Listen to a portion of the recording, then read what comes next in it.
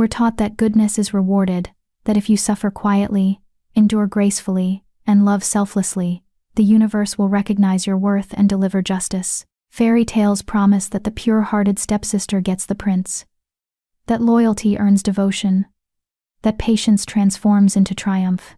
But when you stand in a cathedral built from your own sacrifices, watching your twin sister wear the white dress you embroidered with your own bleeding fingers, about to marry the man whose name is carved into your very soul, the man, the moon goddess herself whispered, was yours, you learn something far more venomous than any truth.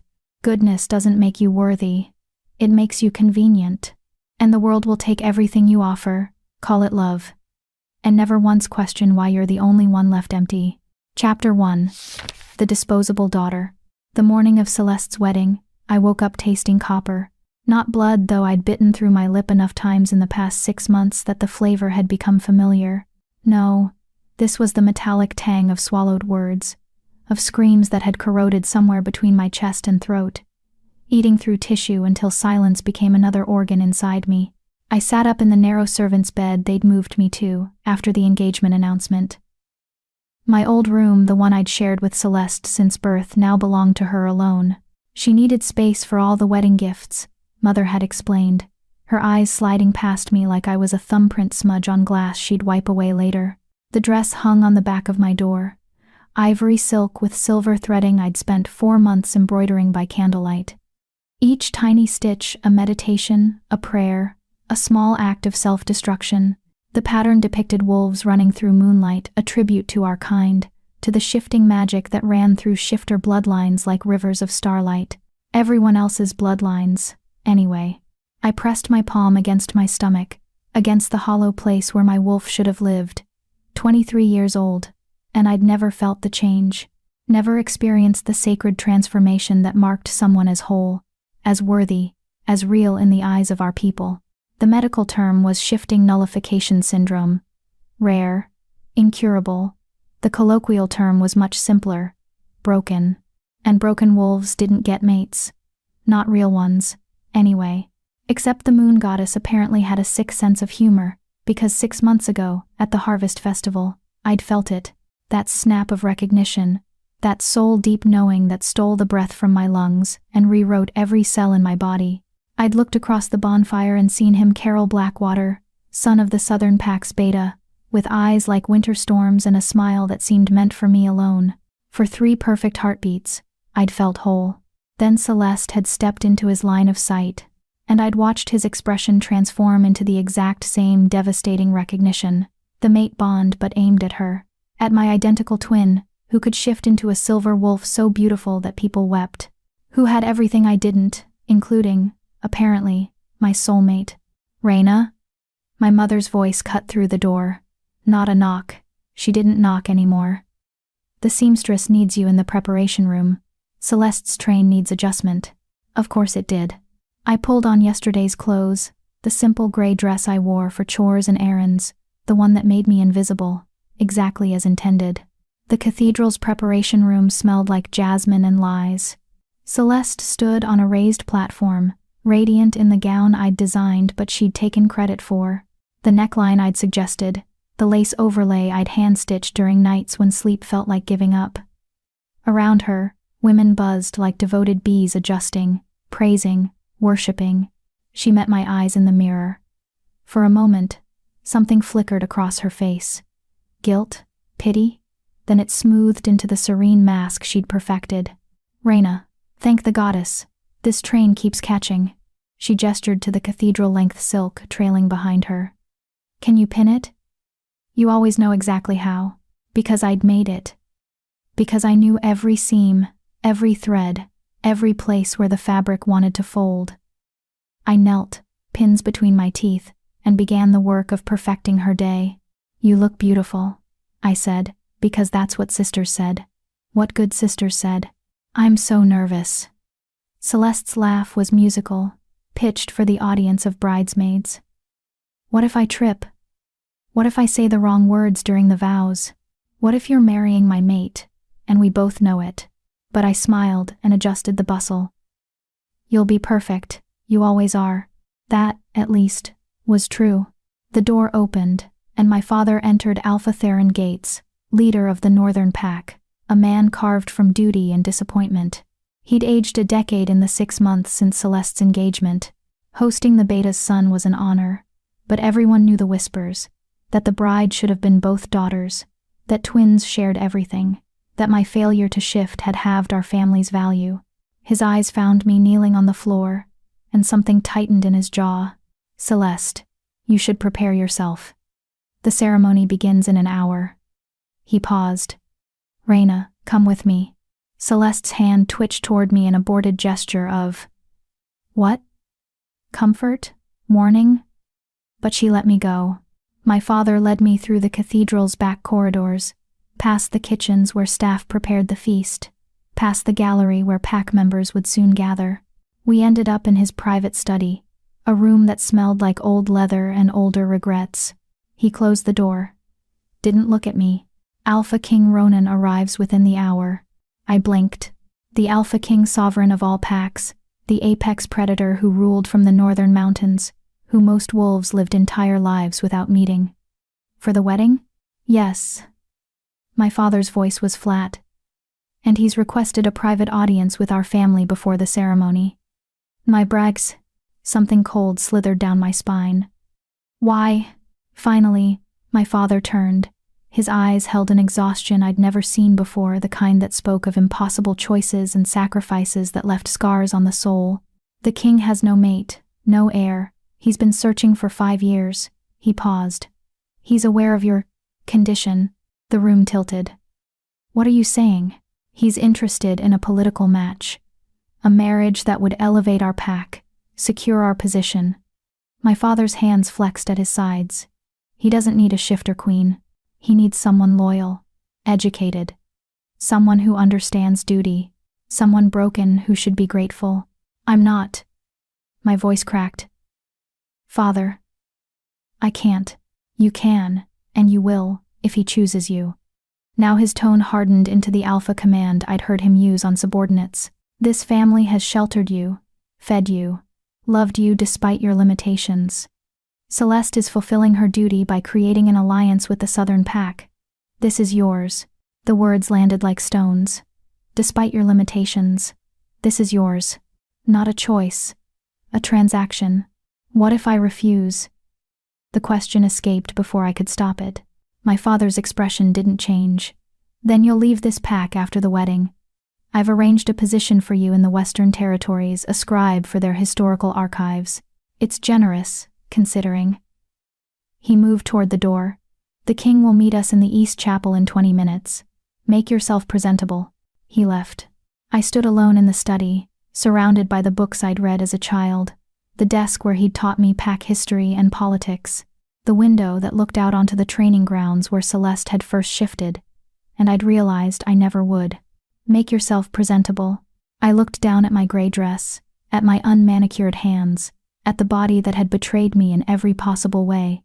In an hour, Celeste would marry the man the moon goddess had marked for me, and I would be offered to a king like livestock, valuable only for what political advantages my family name could purchase. The copper taste returned, flooding my mouth. I'd spent my whole life being good, being quiet, being grateful for the scraps of love thrown my way. And this was my reward, a choice between exile or becoming property.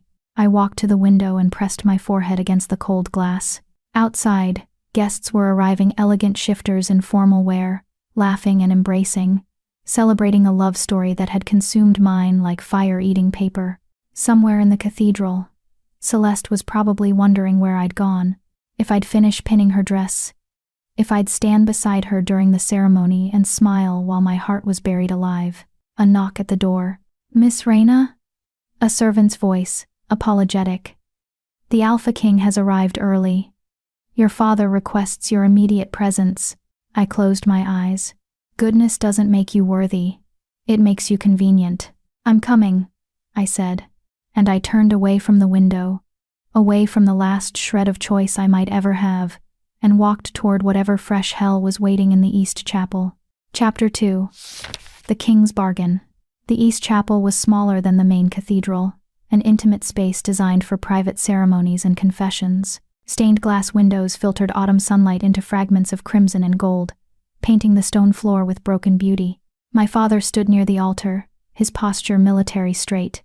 Beside him, my mother wrung her hands, her usual composure fractured into something almost human. And between them, commanding the space like gravity itself had shifted to accommodate him, stood Alpha King Ronan. I'd seen paintings, heard descriptions whispered with equal parts reverence and terror.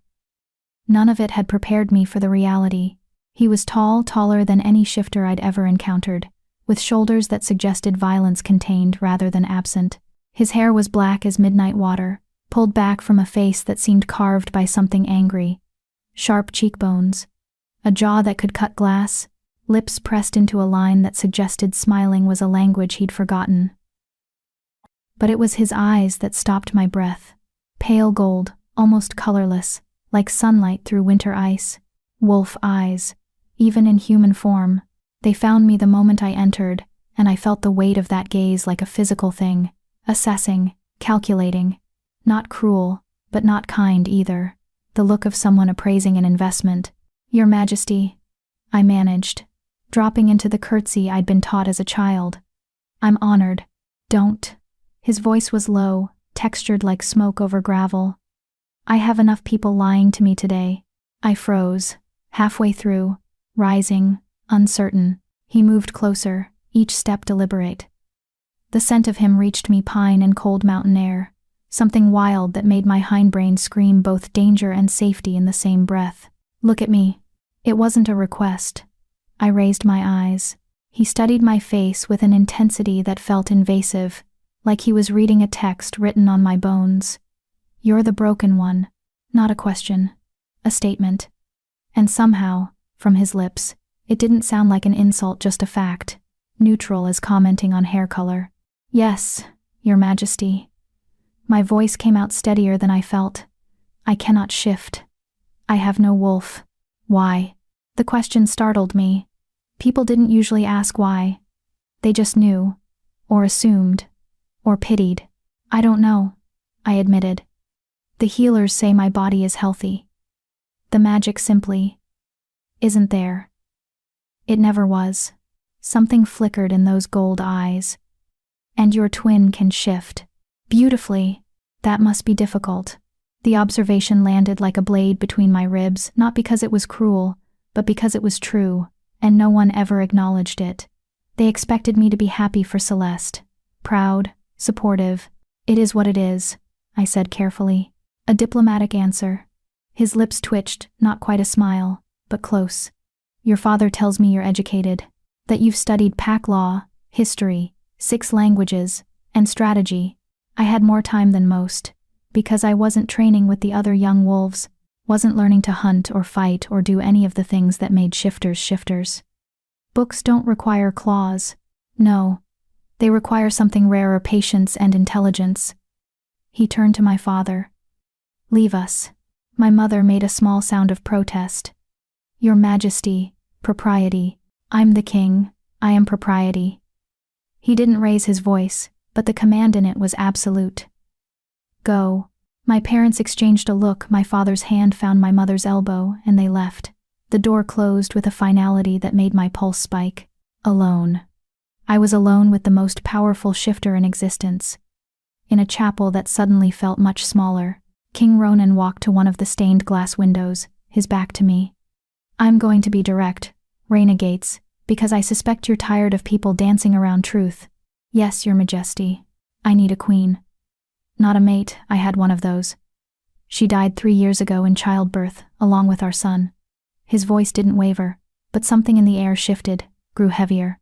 "The council has been pressuring me to remarry, to produce an heir, to maintain stability." My throat tightened. "I'm sorry for your loss." "Are you?" He glanced over his shoulder. "Or are you just saying what you think I want to hear?" The question felt like a test. I decided on honesty. I had so little left to lose. "Both. I am sorry, because losing loved ones is agony, I understand. But yes, I'm also saying what seems appropriate, because I've been trained my entire life to smooth social situations and make powerful people comfortable." I paused. "Is that direct enough, Your Majesty?" For the first time, He smiled. It transformed his face from intimidating to something almost human, though no less dangerous. Better. He turned fully toward me. I don't need love, Raina. I had that. It destroyed me when I lost it, and I won't be destroyed again.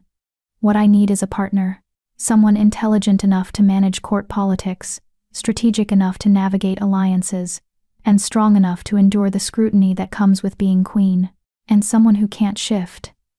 I added quietly. His expression shifted surprise, perhaps, that I'd said it aloud. Yes, he admitted. Someone the council will underestimate. Someone they'll assume is weak, controllable, irrelevant. He moved closer again, and I forced myself not to step back. But you're not weak, are you? You're something far more dangerous. You're adaptable. You've survived in a world that told you you were worthless. And you're still standing. The words burrowed under my skin, finding places that hurt and soothing them with recognition I'd never expected. What exactly are you offering, Your Majesty? A marriage. Political, practical, and permanent. He held my gaze. You would be queen of all packs. You'd have wealth, power, protection. Everything you've been denied because of an accident of biology. And in return, you fulfill the role, attend state functions, produce heirs if possible, though that's not a requirement. His voice dropped. And you give me loyalty. Real loyalty, not the performance of it. I have enough people who bow and scheme. I need someone who will tell me the truth, even when it's uncomfortable. My mind raced.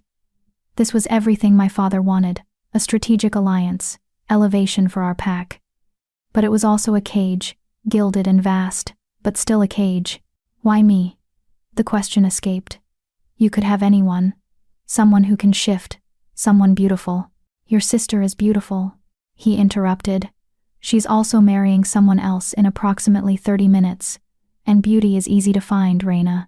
Intelligence combined with desperation is much rarer. The word desperation hung between us, like an accusation. You think I'm desperate. I think you're practical. Your father has given you a choice. Marry me or face exile. He was quite clear about that. King Ronan's expression didn't change. So yes, you're desperate, but so am I. The council grows bolder. There are whispers of challenges to my authority, questions about my fitness to rule without an heir. I need to secure my position, and I need to do it now. He was right. I was desperate, and he was using that desperation like a lever, prying open my options until only one remained. But there was something else in his words. Something underneath the cold strategy. I won't be destroyed again. What happened to your mate? I asked softly. If I may. His jaw tightened. For a moment, I thought he wouldn't answer. Then, she was kind, gentle, everything a Luna should be. His voice went distant. The pregnancy was difficult. The healers said she was too fragile, that carrying a shifter child might kill her. I told her we'd wait, that we'd find another way. He paused. She didn't listen. She thought giving me an heir was more important than her own life. And she was right. In a way, she died doing her duty. The child didn't survive either. The pain in those words was buried deep, compressed under years of control. But I heard it anyway. That's why you don't want love, I said quietly. Because it failed you. Because it's a luxury I can't afford. He met my eyes again. I'm offering you a transaction, Raina. Clean, clear, honest, no false promises of romance. No pretending this is anything other than what it is, a strategic alliance. It should have felt cold, clinical. Instead, it felt like the first honest thing anyone had said to me in months. I need to know something, I said. If I agree, if I marry you, will you expect me to pretend? To play the part of the devoted wife in public? In public, yes, the court needs to see unity. But in private? He tilted his head. I'll expect you to be exactly what you are. No performances, no masks. And if I can't give you an heir? If I'm as broken inside as I am outside? Then we'll address it if needed. There are ways: adoption, designating successors. It's a problem for later, if it's a problem at all. He stepped closer, near enough that I could see the faint scars along his jawline, marks from battles I'd never know. I won't love you, Reina, but I will respect you, protect you, give you a life where your worth isn't measured by your ability to shift. It was the kindest offer I'd ever received, wrapped in the coldest words. Behind us, bells began to toll the signal that the ceremony would begin soon. Celeste's ceremony, my mate's wedding to my twin. I need an answer, King Ronan said. Now, I thought of Celeste in the dress I'd made, radiant and whole. Of Carol, who'd looked at her with the recognition that was supposed to be mine. Of my father's exhaustion, my mother's disappointment, the servant's bed I'd been relegated to. I thought of exile, a life of solitude in the Western Territories, cataloging other people's histories while having none of my own. And I thought of this man before me, this king who'd loved and lost and built walls so high he'd forgotten what it felt like to be vulnerable, who was offering me not love, but something possibly more valuable, a place where I could exist without apology. I have conditions, I heard myself say. His eyebrows rose fractionally. Bold. You said you needed someone honest, someone who'd tell you uncomfortable truths. I lifted my chin. That starts now. A pause. Then, I'm listening. I want my own space. Rooms that are mine, where I can be alone when I need to be. I was shaking, but I kept going. I want access to the royal archives. Full access, not the public sections. And I want autonomy. I'll fulfill my duties as queen, but I won't be your puppet. I'll speak my mind, even if you don't like what I say. Silence stretched between us. I'd overstepped. I'd asked too much. He'd withdraw the offer, and I'd be left with nothing. Then King Ronan smiled. A real smile this time, sharp and approving. Done. He extended his hand. We'll announce the engagement after your sister's ceremony. Let her have her moment. But by tonight, you'll be my betrothed. I stared at his hand. Taking it meant choosing. Meant walking away from the last threads connecting me to the life I'd known. The family who'd failed me. The mate who'd never been mine. It meant becoming someone new. I took his hand. His grip was firm, warm, anchoring. One more thing, I said. I want the truth from you, always. If you're going to use me as a political tool, I need to know. No surprises. Agreed. He didn't release my hand. And I expect the same. If you're unhappy, if something isn't working, you tell me. We may not love each other, Reina. But we'll be honest. That's worth more than most marriages have. The bells tolled again. Closer now. We should go, he said. Your sister's wedding awaits. Yes. I pulled my hand back, felt the loss of warmth. Your Majesty. Ronan. When we're alone, call me Ronan. The informality felt strange, intimate in a way the marriage proposal hadn't. Ronan, I tested the name. Thank you, for not lying to me. Thank you for not lying to yourself. He moved toward the door, then paused. For what it's worth, Reina, your family is making a mistake, treating you as disposable. Their loss will be my gain. He left, leaving me alone in the chapel with stained glass saints, and the ghost of the future I'd just chosen. I pressed my hand against my stomach, against the empty place where my wolf should have been. You're not weak. You're adaptable. Maybe he was right. Maybe surviving had made me stronger than shifting ever could have. The door opened again. My mother, her face pinched with anxiety. Well? She demanded. What did he say? I looked at her, this woman who'd carried me, raised me, and then slowly started looking through me when I failed to meet her expectations. He asked me to marry him, I said quietly. I said yes. Her gasp was audible. Reina. That's the pack. This is wonderful. Is it? I moved past her toward the door. I need to help Celeste finish preparing. She'll be walking down the aisle soon. But we need to discuss. Later. I kept walking, through the corridors, toward the preparation room, where my twin waited in her perfect dress for her perfect day.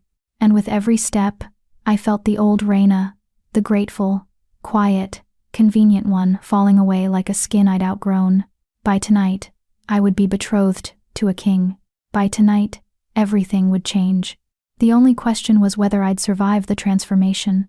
Chapter 3. The Wedding and the Vow. The main cathedral had transformed into something from a dream or a nightmare, depending on where you stood. White roses climbed every pillar, their perfume so thick it felt like drowning in sweetness. Candles flickered in silver holders, casting dancing shadows across the vaulted ceiling. The pews overflowed with pack members dressed in their finest, their excitement a palpable hum in the air. I stood in the preparation room's doorway, watching Celeste examine herself in the full-length mirror. She was perfection, incarnate. The dress I'd made hugged her curves before flowing into that dramatic train, her silver blonde hair styled in intricate braids, woven with pearls, her makeup emphasizing eyes that sparkled with anticipation. She looked like every bride should look, radiant, hopeful, loved. "Raina." She turned, and her smile faltered when she saw my face. "What's wrong? You look different." "I just agreed to marry a king. I'm about to watch you marry my mate. Everything is wrong, and nothing will ever be the same." "Nothing," I said. "Just emotional. It's your wedding day." She crossed to me, took my hands. Her touch was warm, familiar. We'd shared a womb, shared a childhood, shared everything until the day she shifted and I didn't. "I know this is hard for you," she whispered. "With Carol and the mate bond and everything, I never wanted." "Don't." I squeezed her hands, then released them. "This isn't about what you wanted. The moon goddess makes her choices. Who are we to question?" It was the right thing to say, the gracious thing. It tasted like ashes. Celeste's eyes glistened. "You're the best sister anyone could ask for. I don't deserve you." "You're right. You don't." But I smiled, because that's what I'd been trained to do. "You deserve to be happy, and you will be. Carol is a good man." "He is." She glanced back at her reflection. "Sometimes I catch him looking at you, though, with this expression I can't quite read." "Do you think—" She stopped herself. "Never mind. I'm being paranoid." "Has." My heart clenched. Of course, Carol looked at me. The mate bond didn't just disappear because it was inconvenient. It lingered. A phantom limb we'd both learned to ignore. "You're not paranoid," I said gently. "You're nervous. That's normal." I adjusted a loose strand of her hair. "But Celeste? He chose you. Every day. He chooses you. That's more powerful than any bond the moon goddess could create." It was possibly the most generous lie I'd ever told. She hugged me suddenly, fiercely. "I love you, Ray. No matter what happens, you know that, right?" I held her, memorizing the feeling. After today, everything would be different. After today, I'd be the king's betrothed, and Celeste would be married. And the strange twin ship we'd navigated for 23 years would shift into something new and unknowable. "I love you too," I whispered, and meant it, despite everything. A knock at the door. "Ladies, it's time." The ceremony was beautiful in the way funerals are beautiful, carefully orchestrated, emotionally devastating, and impossible to escape. I stood in the front row beside my mother, watching Celeste glide down the aisle on my father's arm. The congregation stood, murmuring appreciation. Somewhere behind me, I heard whispers. "So beautiful. A perfect match." The goddess truly blessed them. And at the altar, Carol waited. He wore traditional ceremonial robes in deep blue, his dark hair styled back from a face that was almost painfully handsome. But it was his expression that cut me, the way his entire being seemed to orient toward Celeste like a compass finding north. The way his eyes tracked her every step with something that looked dangerously close to worship. He loved her. That was the cruelest part.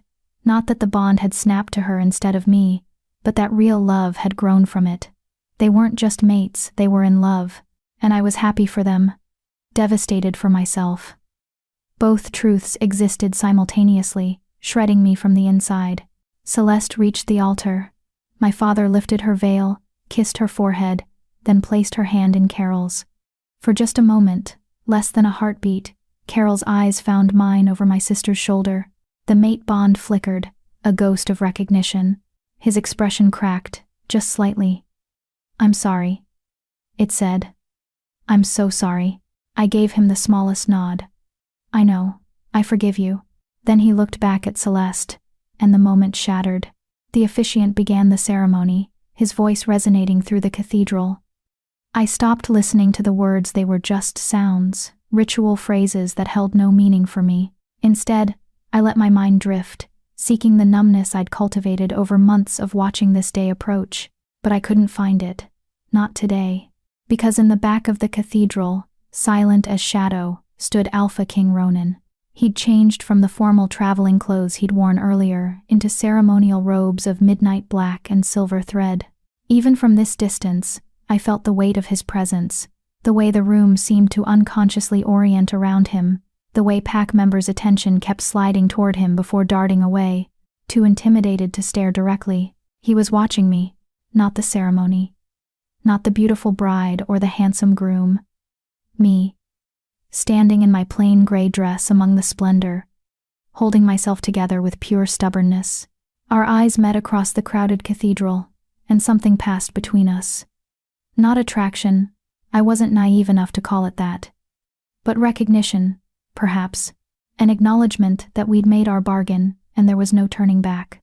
He inclined his head, barely perceptible. I returned the gesture. A contract, sealed in silent understanding. Pronounce you mated and married, bound by the moon goddess and pack law. The officiant's words snapped me back to the present. Carol cupped Celeste's face and kissed her tender, loving, everything a first kiss between mates should be. The congregation erupted in applause and cheers.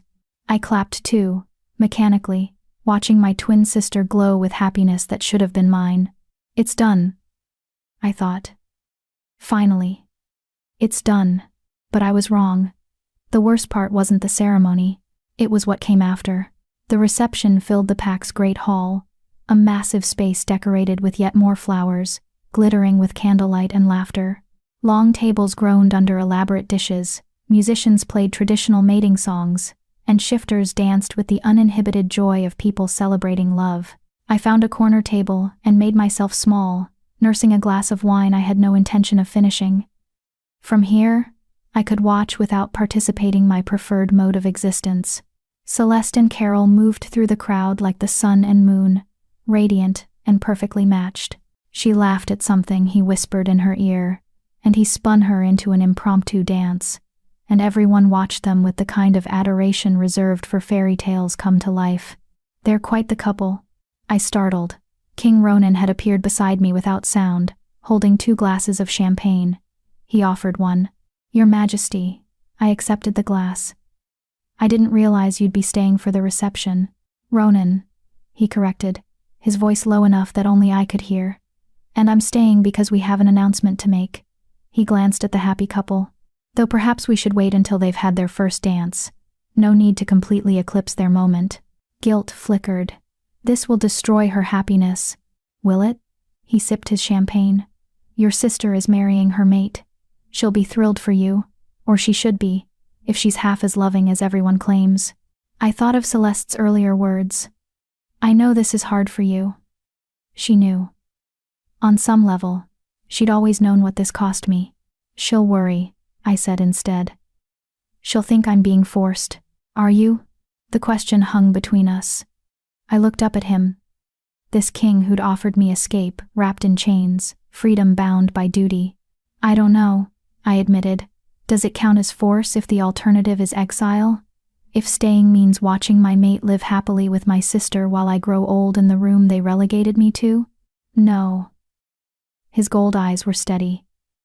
That's not force, that's survival, and there's no shame in choosing to survive. The words settled something inside me, some frantic, guilty thing that had been screaming since I'd accepted his proposal. Thank you, I said quietly. For what? For not pretending this is something it's not. For not trying to convince me I should be grateful, or honored, or you should be neither. He set down his glass. I'm asking you to do something incredibly difficult. Marry a stranger, become queen, leave everything you've known. The fact that you're willing to try speaks to your strength, not my generosity. Before I could respond, my father's voice boomed across the hall. Distinguished guests, family and friends. Alpha Theron stood at the head table, glass raised. If I could have your attention for a moment. The music faded, conversations quieted. Every face turned toward my father. This was it. The announcement. My hands began to shake. I set down the champagne before I could drop it.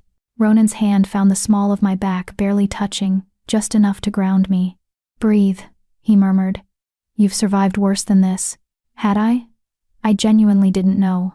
"Today, we celebrate the union of my daughter Celeste and Carol Blackwater," my father continued, his alpha voice carrying to every corner.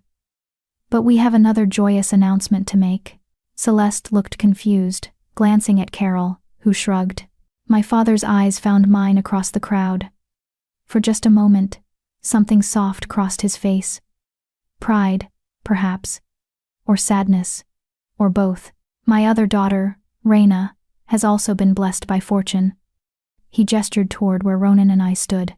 "Alpha King Ronan has honored our pack, honored our family by requesting Raina's hand in marriage."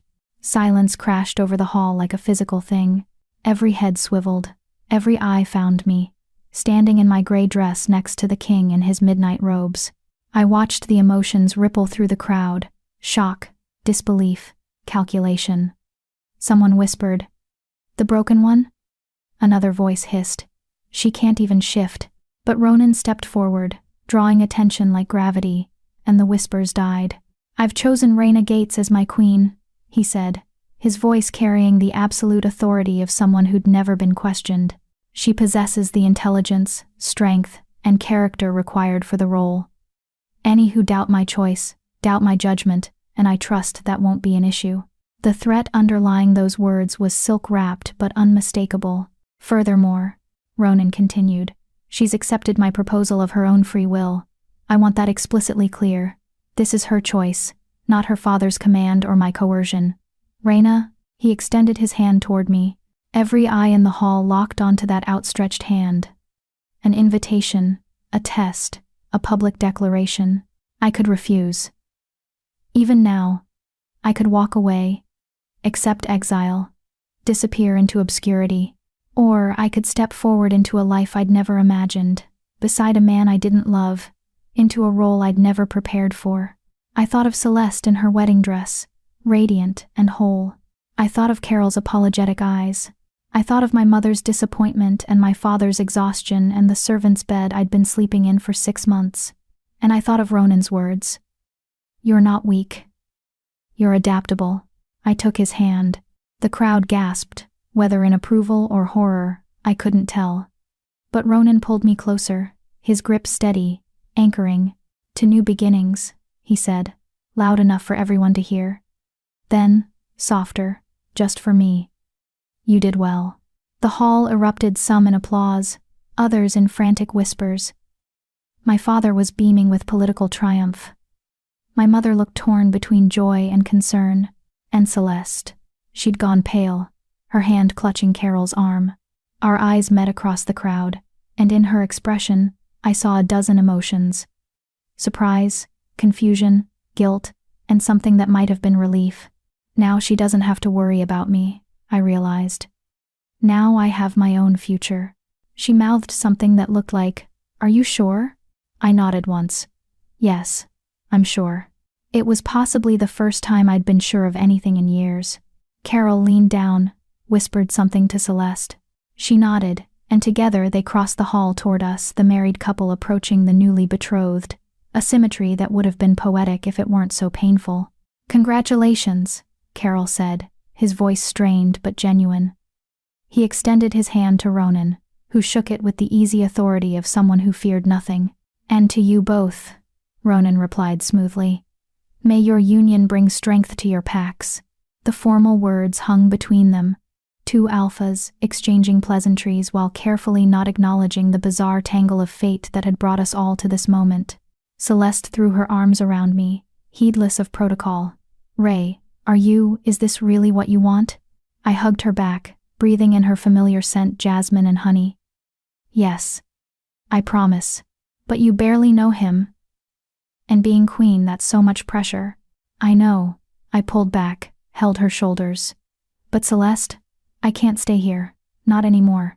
This is my chance to be something other than the twin who can't shift." Her eyes filled with tears. "You were never just that to me." "I know. I did know, despite everything." But I need to be more than that to myself. She nodded, understanding even if she couldn't fully agree. Then I'm happy for you, truly. She glanced at Ronan, who'd tactfully turned to speak with Carol. He seems intense. He is. I managed a small smile. But he's honest. And right now, that's worth more than romance. Celeste squeezed my hands one more time, then stepped back to Carol's side. They looked perfect together, mates in truth, in love, in destiny. And I stood beside a king I'd met 3 hours ago, preparing to become queen of a kingdom I'd never seen. The musicians struck up a new song, something joyful and fast-paced. Couples flooded the dance floor, the party resuming its celebration, now that the shock of the announcement had faded into excited gossip. We should dance, Ronan said. It's expected. I'm not very good at dancing. Neither am I. He offered his hand again, a wry smile tugging at his lips. We'll suffer through it together. I let him lead me onto the floor, hyper-aware of every eye tracking our movement. His hand settled on my waist, mine on his shoulder, the traditional position for a formal waltz. Relax, he murmured as we began to move. You're holding yourself like you're about to be attacked. I feel like I am. I tried to follow his lead, stumbled slightly. Everyone's watching. Let them. He guided me through a turn with surprising grace. By tomorrow, this will be old news. By next week, they'll have moved on to newer scandals. And by next month, you'll be queen. And they'll all be bowing. The certainty in his voice should have been comforting. Instead, it terrified me. We danced in silence for several measures, him leading with efficient competence, me trying not to step on his feet. Around us, other couples spun and laughed, lost in their own joy. Raina, Ronan said quietly, I want you to understand something. I looked up at him, at those winter gold eyes. I meant what I said earlier. About honesty, about respect. This arrangement, it's not traditional, and it won't be easy. But I will keep my promises to you. He paused. All of them. Something in his tone made my breath catch. Even the ones about autonomy, about letting me speak my mind, especially those. His hand tightened fractionally at my waist. I've had enough yes-men and sycophants to last several lifetimes. What I need is someone who'll tell me when I'm being an idiot. Despite everything, the shock, the fear, the strangeness of this entire day, I laughed. Actually laughed. Then you've chosen correctly, Your Majesty. I have extensive experience calling out idiocy. His smile was real this time, reaching his eyes. Good. I look forward to it. The song ended. We stepped apart, maintaining proper distance. But something had shifted. Some invisible wall had developed a crack, letting in the smallest sliver of possibility. Maybe this wouldn't be completely terrible. Maybe we could build something functional from the ruins of our separate devastations. Maybe. Ray. I turned to find my younger cousin Mira pushing through the crowd, her face flushed with excitement. Is it true? You're really marrying the Alpha King? Yes. The word still felt surreal. That's incredible. When's the wedding? Where will you live? Will you come back to visit? The questions tumbled out faster than I could process. Ronan cleared his throat gently. Perhaps we should discuss details somewhere more private. Raina. He was offering me an escape from the overwhelming attention, the probing questions, the weight of expectations I couldn't yet carry. I took it. Excuse me, Mira. We need to discuss arrangements. I let Ronan guide me toward a side door, away from the noise and eyes and suffocating celebration. We ended up in one of the smaller drawing rooms, a space usually reserved for private pack meetings. The noise from the reception faded to a dull roar behind thick oak doors. I sagged against a chair, suddenly exhausted. How long until we can leave? Eager to escape? You have no idea. He crossed to a side table, poured 2 glasses of water from a crystal pitcher. Actually, I have a very clear idea. Court functions are exhausting, weddings especially so. I accepted the water gratefully. When does this happen? The actual wedding? 3 weeks. He leaned against the table, studying me. My council will expect a full state ceremony. Tedious, but necessary. Until then, you'll need to come to the capital, familiarize yourself with the palace, meet the key players. 3 weeks. 21 days to transform from disposable daughter to queen. That's not much time. No, but you're intelligent and adaptable, you'll manage. He paused. We'll leave tomorrow morning. Your father has already agreed to the timeline. Of course he has. Bitterness leaked into my voice. Raina, Ronan set down his glass. I want you to understand something else. Your father, he made a tactical decision, yes, but I don't think he realized what he was offering me. You're far more valuable than he knows. Because I'm educated? Because you survived. He held my gaze. Most people in your position would have become bitter, cruel, self-destructive. But you learned languages and strategy. You studied. You made yourself indispensable in the ways you could. That takes a specific kind of strength. The recognition in his words cracked something inside me, some wall I'd built to protect myself from hope. I wanted to be ready, I admitted quietly. For whatever came next, I just never imagined it would be this. Neither did I. Something flickered across his face, grief maybe, or memory. But here we are, I echoed. Outside, music swelled another dance, another celebration of love and mates and destiny. But in this quiet room, I stood across from a king who'd offered me truth instead of romance, respect instead of passion, and somehow, that felt like more than I'd ever hoped for. We should return, Ronan said finally. Before your absence is noted. Yes, but I didn't move. Ronan? Yes? Thank you, for not making me feel like a transaction, even though that's what this is. His expression softened, just slightly. We're both transactions, Raina. The difference is, we're honest about it. He offered his arm, formal, proper, exactly what a king should do for his future queen. I took it, and together, we walked back into the celebration, into the noise and eyes and future we'd chosen. Tomorrow, everything would change. Tonight, I'd survive one more hour of being Celeste's shadow. But after tonight, I'd step into the light as someone new, someone who'd chosen herself, even if that choice looked like surrender to everyone else. Chapter 4. The Journey North. Dawn arrived too quickly and not quickly enough. I'd spent the night in my small room, the servants' quarters that had become my prison, packing the few belongings I'd be taking to the capital. It didn't take long. Books, mostly. A few changes of clothes that weren't particularly nice. A wooden box containing my mother's letters from when I was a child, back when she still wrote me notes telling me I was special, before special became a euphemism for defective. Celeste and Carol had left the reception early, disappearing into the honeymoon suite my mother had decorated with ridiculous amounts of rose petals and silk. I'd watched them go with a strange numbness, relief that I no longer had to smile, grief that twisted like a knife, and underneath it all, a growing sense of unreality. By this time tomorrow, I'd be in the royal palace.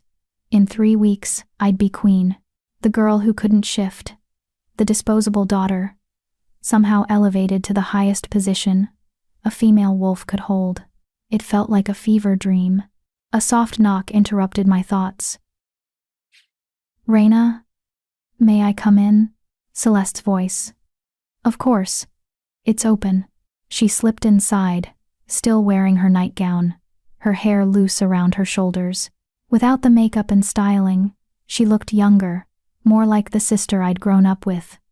The one who used to climb into my bed during thunderstorms, who'd shared secrets and dreams before the world taught us we were supposed to be competing. I couldn't sleep, she admitted, perching on the edge of my narrow bed. Kept thinking about you leaving. You're married now. You have Carol. You won't even notice I'm gone. Don't. Her voice cracked. Don't pretend like you're replaceable. You're my twin, Ray. Half of me is leaving today.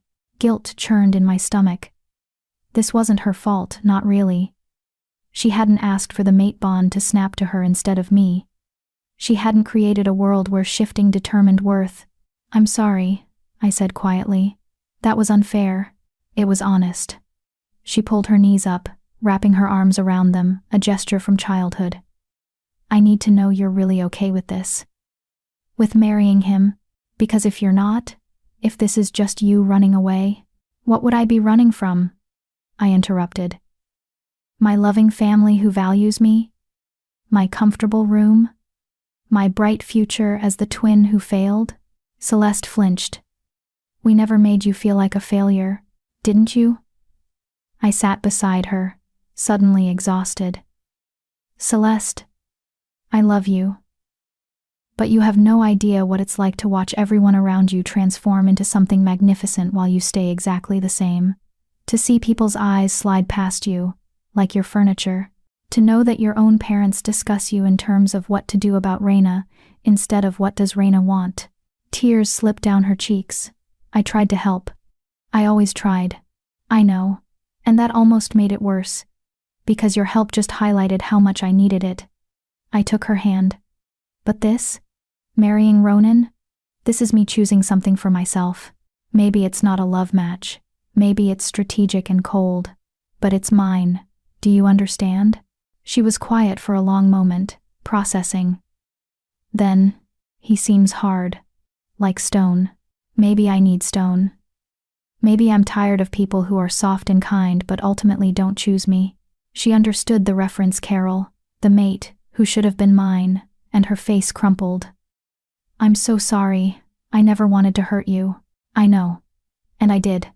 That was the tragedy of it. No one had been cruel or malicious. Fate had simply been indifferent. But you did hurt me, Celeste.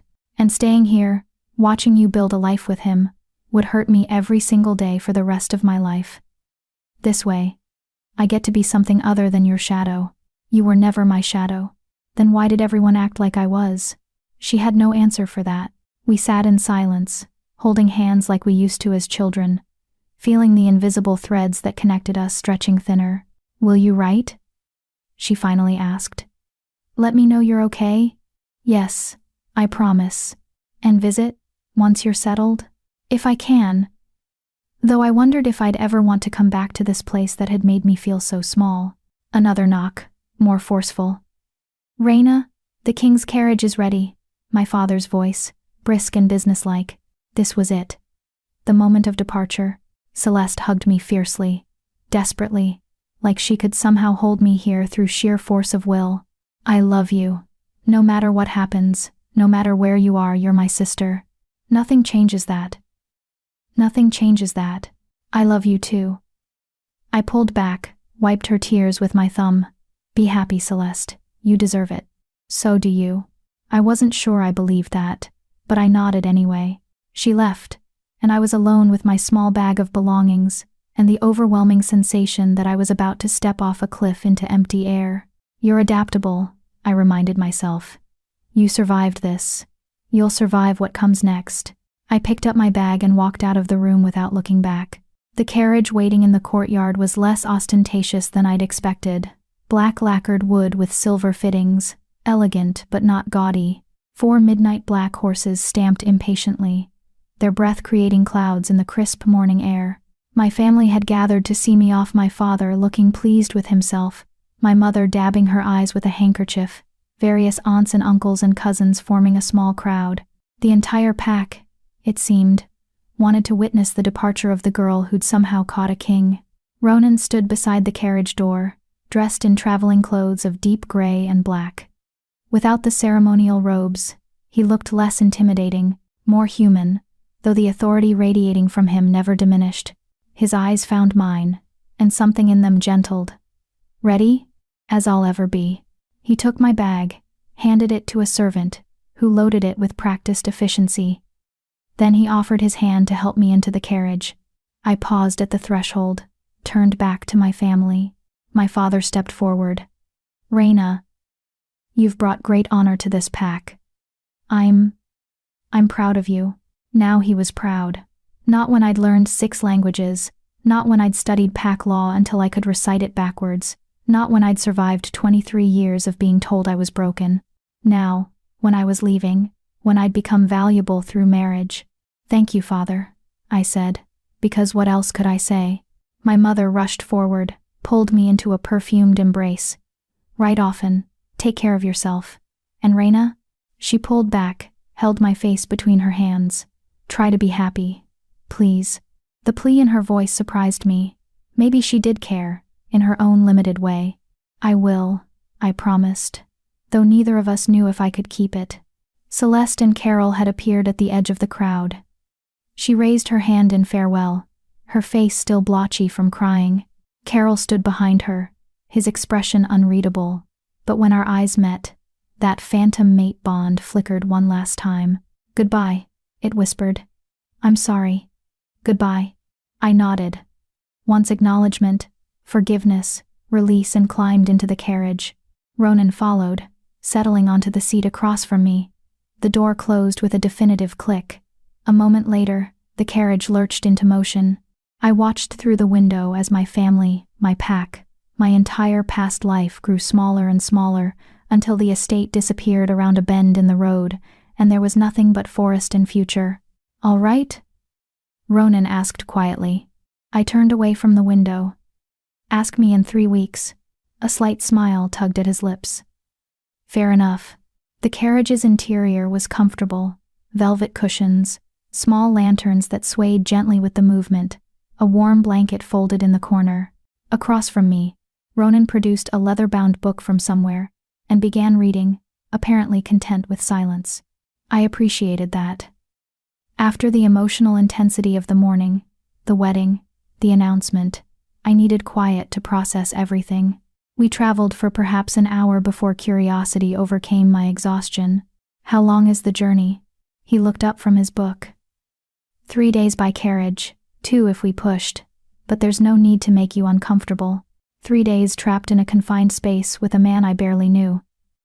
3 days to figure out how to navigate this strange new dynamic. "Tell me about the palace," I said. "What should I expect?" He set down the book, giving me his full attention. "It's large. Overwhelming, probably, the first time you see it. Built into the mountain itself, with sections dating back 1,000 years. The public areas are grand, meant to intimidate visiting dignitaries. Your private quarters will be in the royal wing, separate from mine but connected by a shared study." "Separate?" I was surprised. I told you I'd give you your own space." I meant it. His gold eyes were steady. "We'll share public areas when necessary, but your rooms are yours. Lock the doors if you want. I won't enter without invitation." The relief was immediate and startling. "Thank you. Don't thank me for basic respect." He leaned back, studying me. "The palace staff will be curious. Some will be welcoming, others wary. You're young, you can't shift, and you're marrying a king who's been notoriously solitary since his mate died. They won't know what to make of you." Should I be worried? No. Wary, perhaps. The head housekeeper, Margaret, is loyal and efficient. I've already instructed her to help you acclimate. But the court, that's more complicated. How complicated? He was quiet for a moment, choosing his words carefully. "The council believes I chose you because you're controllable. Weak. They think this is a political marriage where I'll maintain all the power, and you'll be decorative." Anger sparked. "And what do you think?" "I think they're fools." He said it matter-of-factly. "But their foolishness works in our favor. Let them underestimate you. Learn the palace, learn the players, learn the politics. Then, when you're ready, show them exactly how wrong they were." It was tactical advice, but it was also something else: permission to be strategic, to use my intelligence as a weapon. "You want me to spy for you? I want you to understand what you're walking into. The court is full of people who smile while calculating how to use you. Some will try to befriend you to get closer to me. Others will try to undermine you to diminish my authority. You need to be able to tell the difference. And trust no one. Trust yourself. Trust me, eventually, if I earn it. Everyone else?" He shrugged. "Proceed with caution." It should have been paranoid, this worldview. Instead, it felt realistic. Honest, in a way most people weren't. "What about your council?" I asked. "Will they try to prevent the marriage?" "They wouldn't dare. I'm still the Alpha King, my word is law. But they'll make their displeasure known through smaller acts of resistance. Delayed responses to your requests, subtle disrespect, testing boundaries to see what you'll tolerate." "And what should I tolerate?" His smile was sharp. "Nothing. You're going to be their queen. Command them accordingly." The idea was terrifying and thrilling in equal measure. Me, commanding ancient counselors who'd served kings for decades. Me, wielding authority I'd never imagined possessing. I don't know how to do that, I admitted. How to command. How to be queenly. You'll learn. And Reyna? He leaned forward slightly. You have something most royals lack. You've lived without power. You know what it's like to be dismissed, overlooked, underestimated. That gives you perspective. Use it. The carriage hit a rough patch of road, jostling us. Outside, the forest had grown denser, older trees with thick canopies that filtered the morning light into green-gold shadows. Can I ask you something? I said. About your mate. Your late mate. His expression shuddered, but he nodded. Yes. Did you love her? I mean, I know you said you did, but was it the mate bond? Or something more? He was quiet for so long I thought he wouldn't answer. Then, both. The bond was instant. Yes, that soul-deep recognition you felt with Carol. But love? He looked out the window. That grew over time.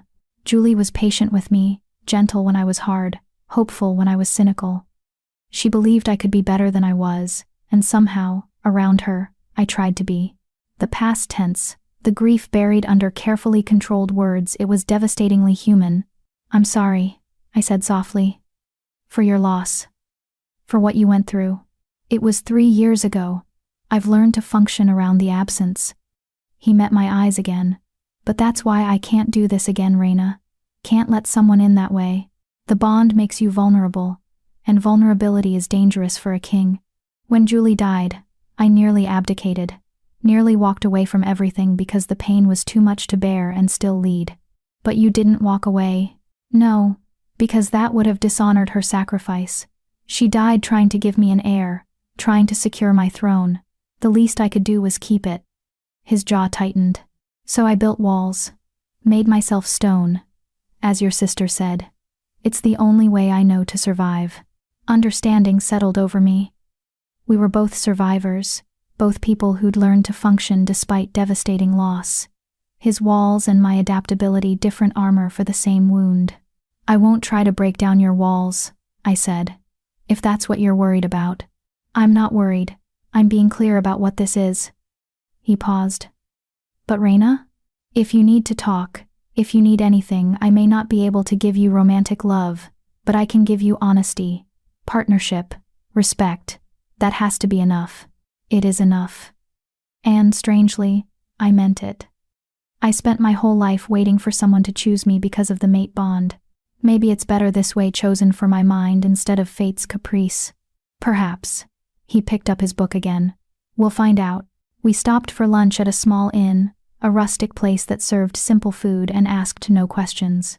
Ronan had arranged for a private room, sparing us the curious stares and whispered gossip that would have erupted if people realized the Alpha King was traveling with his future queen. I picked at bread and cheese, my appetite minimal.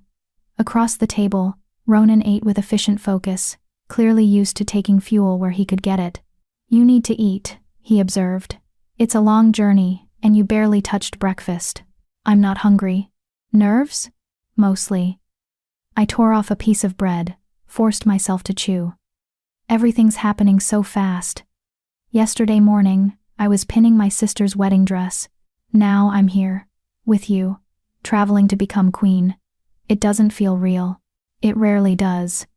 The first time I wore the crown after my father's death, I kept waiting for someone to tell me it was a mistake, that I was too young, too unprepared. He sipped his water.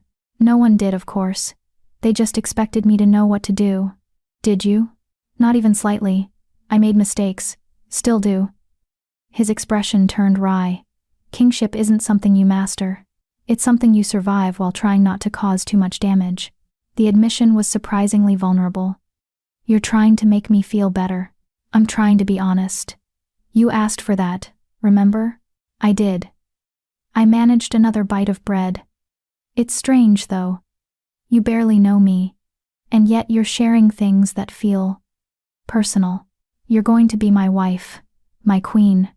If we can't be honest with each other, this arrangement becomes another game of politics and pretense. I have enough of that with everyone else. He was right. And if this was going to work, If we were going to build something functional from this strange foundation, we needed to start with truth. Then can I ask something else? I said. Something that might be uncomfortable? Always. Why haven't you taken another mate? Someone the bond could snap to? It's been 3 years, surely the moon goddess would offer you another chance. His expression hardened. Because I don't want another chance. The bond is supposed to be sacred, once in a lifetime. When Julie died, I begged the moon goddess to let me die too, to follow her wherever she'd gone. Instead, I woke up every morning, with the bond's absence like a missing limb. He set down his cup with controlled force. If the goddess offered me another bond, I'd refuse it. I won't survive loving and losing again. I can't. The raw pain in his words made my chest ache. So you chose me, because you knew there'd be no bond. No risk of that kind of loss. Yes.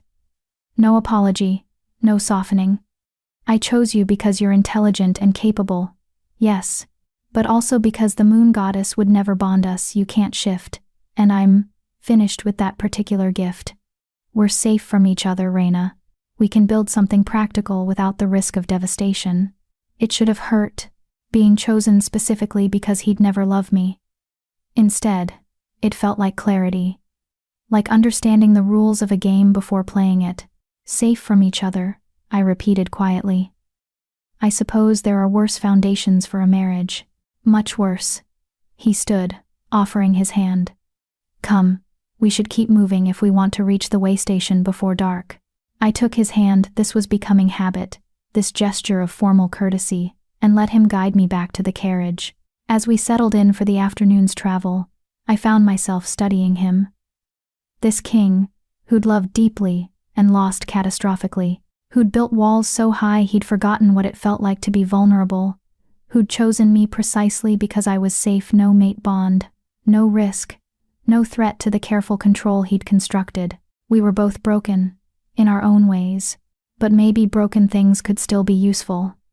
Maybe we could build something functional from our collective damage. Outside the carriage window, the landscape shifted, fewer farms, more wilderness, the forest growing darker and older as we traveled north toward the mountains, toward the palace, toward whatever future we'd create together. I closed my eyes and tried to imagine it, me, as queen, commanding councils, navigating politics, standing beside a king who'd promised me respect but not love. It should have terrified me. Instead, for the first time in months, I felt something almost like hope. We reached the way station just as twilight painted the sky in shades of violet and gold. It was a fortified inn designed for high-ranking travelers, with guards and private suites, and the kind of security that discouraged questions. Ronan had arranged for adjoining rooms, separate spaces connected by a shared sitting area. True to his word about giving me privacy, about honoring boundaries, a servant had already unpacked my meager belongings. My few dresses hung in a massive wardrobe, looking lost. My books sat on a bedside table next to fresh flowers someone had arranged. It was the nicest room I'd ever slept in, and I felt like an imposter. A knock at the connecting door. Raina, may I come in? Yes. Ronan entered, changed from traveling clothes into something more casual, a simple shirt and trousers that made him look younger, less intimidating. He carried 2 glasses of wine. You look overwhelmed, he observed, offering me a glass. Your powers of observation are astounding, I said dryly, then winced.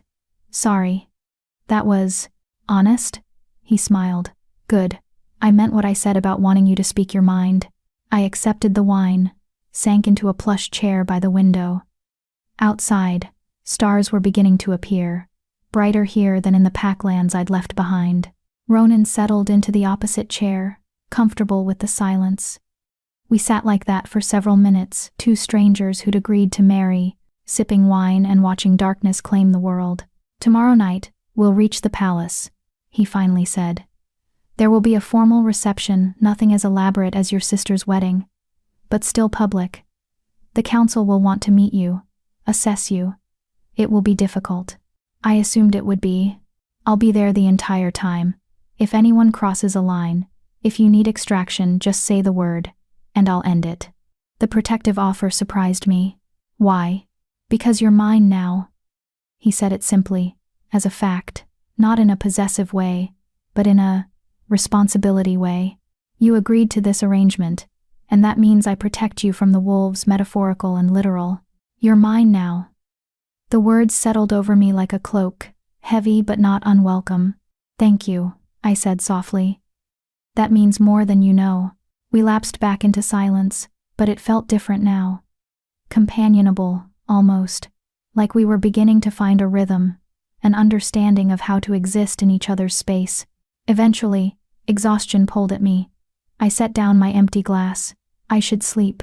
Long day tomorrow. Yes. He stood, moved toward the connecting door, then paused. "Raina, you did well today. Leaving your family, facing this journey, I know it wasn't easy. Neither was proposing to a stranger and making her your queen." His smile was brief but genuine. "No, it wasn't. But I think we'll manage." "Why?" "Because we're both survivors. And survivors find a way." He closed the door between our rooms, leaving me alone with the too large wardrobe, the too nice flowers, and the strange, terrifying hope that maybe, just maybe, I'd made the right choice. I changed into a nightgown, climbed into the massive bed, and stared at the ceiling. Tomorrow, I'd meet the court. Tomorrow, I'd begin transforming into whatever a queen was supposed to be. But tonight, I was just Raina, the girl who couldn't shift, who'd watched her twin marry her mate, who'd chosen stone over softness and strategy over love. And somehow, impossibly, that felt like enough. Chapter 5. The Palace of Wolves. The palace revealed itself gradually, like a secret the mountains had been keeping. We'd been climbing steadily since dawn, the forest thinning as elevation increased, replaced by stark granite cliffs and patches of stubborn snow that defied the autumn season. Then, as we rounded a final switchback, the carriage slowed, and Ronan gestured toward the window. "Look." I pressed my face to the glass and forgot how to breathe. The palace wasn't built into the mountain. It was the mountain. Massive towers carved from living stone rose toward the sky, their surfaces etched with patterns that might have been decorative or might have been ancient runes. Bridges arched between peaks, impossibly delicate spans of stone that shouldn't exist but did. Windows glittered like dark eyes watching our approach. And everywhere, carved into archways, embedded in walls, crowning turrets, were wolves. Stone wolves in every pose imaginable, hunting, howling, sleeping, fighting. A monument to shifter power, built to remind everyone who looked upon it exactly who ruled here. It's... I struggled for words. Terrifying. Yes. Ronan's voice held grim satisfaction. It's supposed to be. As we drew closer, I could make out more details. Guards stationed along the walls, their armor catching sunlight. Banners bearing the royal crest, a silver wolf against a black field. And people, dozens of them, gathered at the main gates like they'd been waiting. My stomach dropped. "Is that the reception you mentioned?" "No, that's tonight. This is just the staff, curious to see their new queen." He studied my expression. "You don't have to smile or wave. You can be yourself. And if myself is terrified, then you're honest." He leaned forward slightly. "Raina, listen to me. These people have seen kings and queens come and go for centuries. They've witnessed power struggles, assassinations, madness, and brilliance. They don't expect perfection. They expect strength, and you've already proven you have that. By agreeing to marry you, by surviving everything that led you here." The carriage passed through the gates, massive iron things that groaned as they swung open and into a courtyard so vast it could have held my entire Pax estate 3 times over. The assembled crowd parted like water, creating a path to the main entrance where an elderly woman in severe black clothing waited, her spine straight as a sword. The carriage stopped. Ronan exited first, then offered his hand. I took it and stepped into my new life. The crowd's reaction was immediate, a collective inhale, followed by whispers that spread like wildfire. I caught fragments. "So young. Can't even shift, did you hear? Pretty enough, I suppose. King's lost his mind." Ronan's hand tightened on mine, a brief pressure of warning or support, I couldn't tell which. Then he raised his voice, and it carried across the courtyard with absolute authority. "This is Raina Gates, my betrothed. In 3 weeks, She will be your queen. You will treat her with the respect that position demands, or you will answer to me personally. Am I understood? Silence crashed over the courtyard. Every head bowed in unison, not warmth, not welcome, but obedience born from fear. It would have to be enough. The elderly woman approached, her movements crisp, despite what must have been significant age. Up close, her face was a map of wrinkles, each line suggesting a story I'd never know, but her eyes were sharp, intelligent, and assessing. Your Majesty. She curtsied to Ronan with practiced efficiency, then turned that sharp gaze on me. Miss Gates. I'm Margaret, head of the household staff. Welcome to Stonehaven Palace. Thank you. My voice came out steadier than I felt.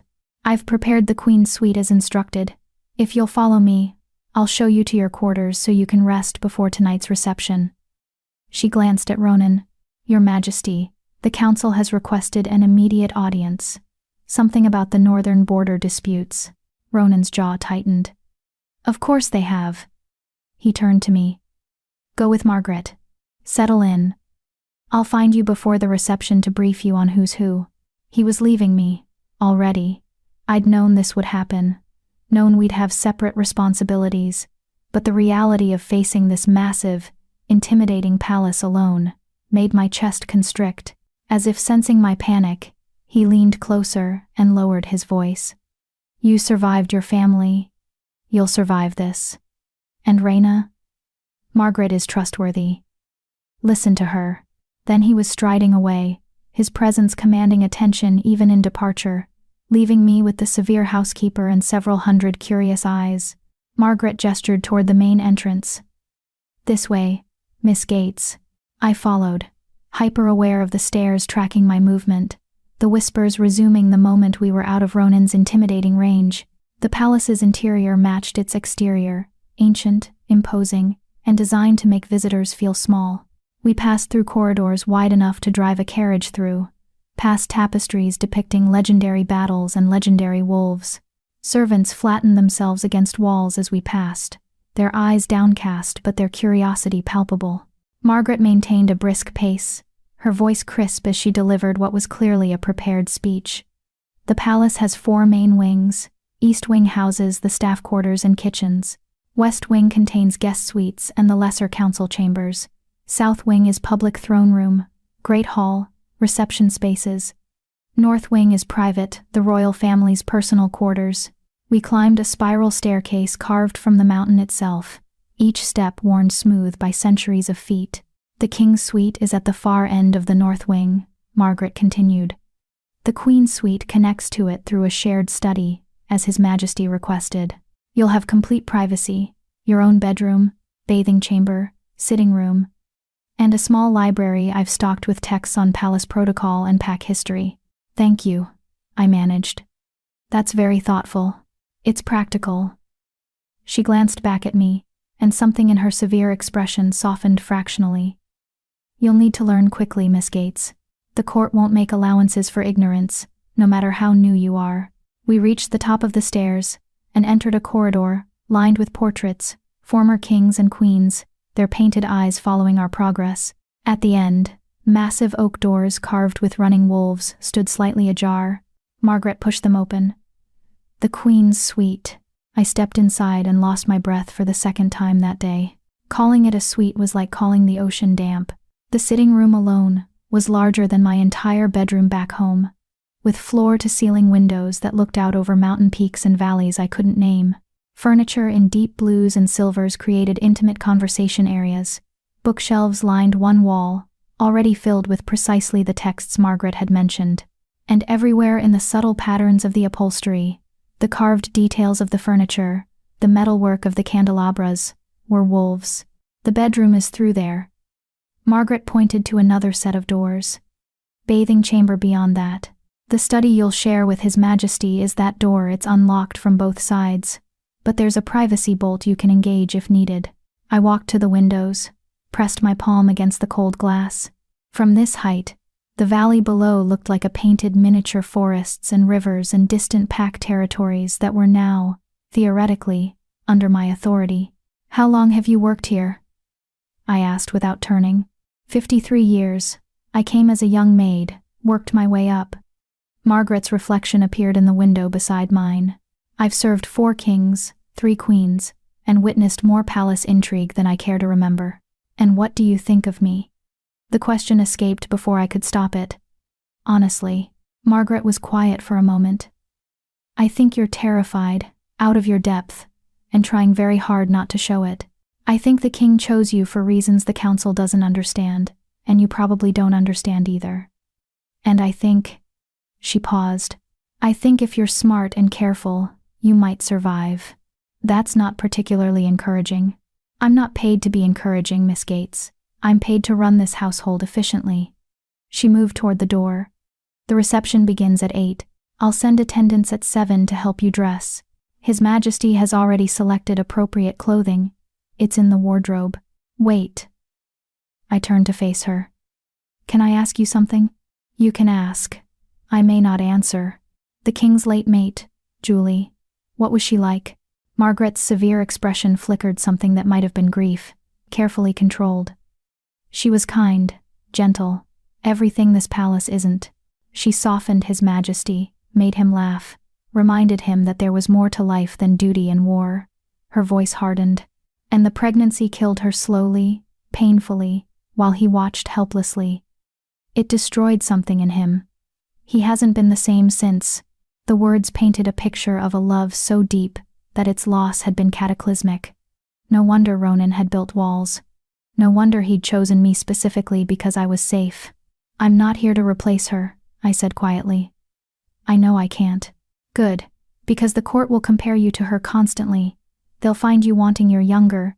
You can't shift. You're an unknown. Margaret's gaze sharpened. But you have something she didn't. What? You've already survived being underestimated. Use that. She left before I could respond, the door closing with a definitive click. I stood in the too large sitting room, surrounded by luxury I'd never imagined, and felt the weight of expectation settling over me like chains made of silk and silver. You survived being underestimated. Use that. Maybe Margaret was right. Maybe my weakness could be a weapon if I wielded it correctly. I walked to the bookshelf, pulled down a volume titled, A Complete History of the Royal Court. If I was going to face these people tonight, I needed to understand who they were, what they wanted, and how to navigate their expectations. I had 4 hours until the reception, time to stop being Raina Gates, the disposable daughter, and start becoming whoever the queen needed to be. At precisely 7 o'clock, 3 attendants arrived, 2 young women and a man, all moving with the efficient coordination of people who'd done this many times before. They descended on me with professional detachment, transforming me from travel-worn and overwhelmed into something resembling royalty. The bath they'd drawn was almost uncomfortably hot, scented with oils I couldn't name. They washed my hair with careful thoroughness, then spent what felt like hours arranging it into an elaborate updo that exposed my neck and made me look older, more regal. The dress Ronan had selected sat waiting on the bed, deep midnight blue that reminded me of the sky just after sunset, with silver embroidery that caught the light like starlight. It fit perfectly, which shouldn't have surprised me. Kings had resources for such things. The neckline was modest but elegant, the sleeves long and fitted, the skirt falling in layers of silk that whispered when I moved. They added jewelry, a simple silver necklace with a pendant shaped like a crescent moon, matching earrings that felt strange and heavy in my ears.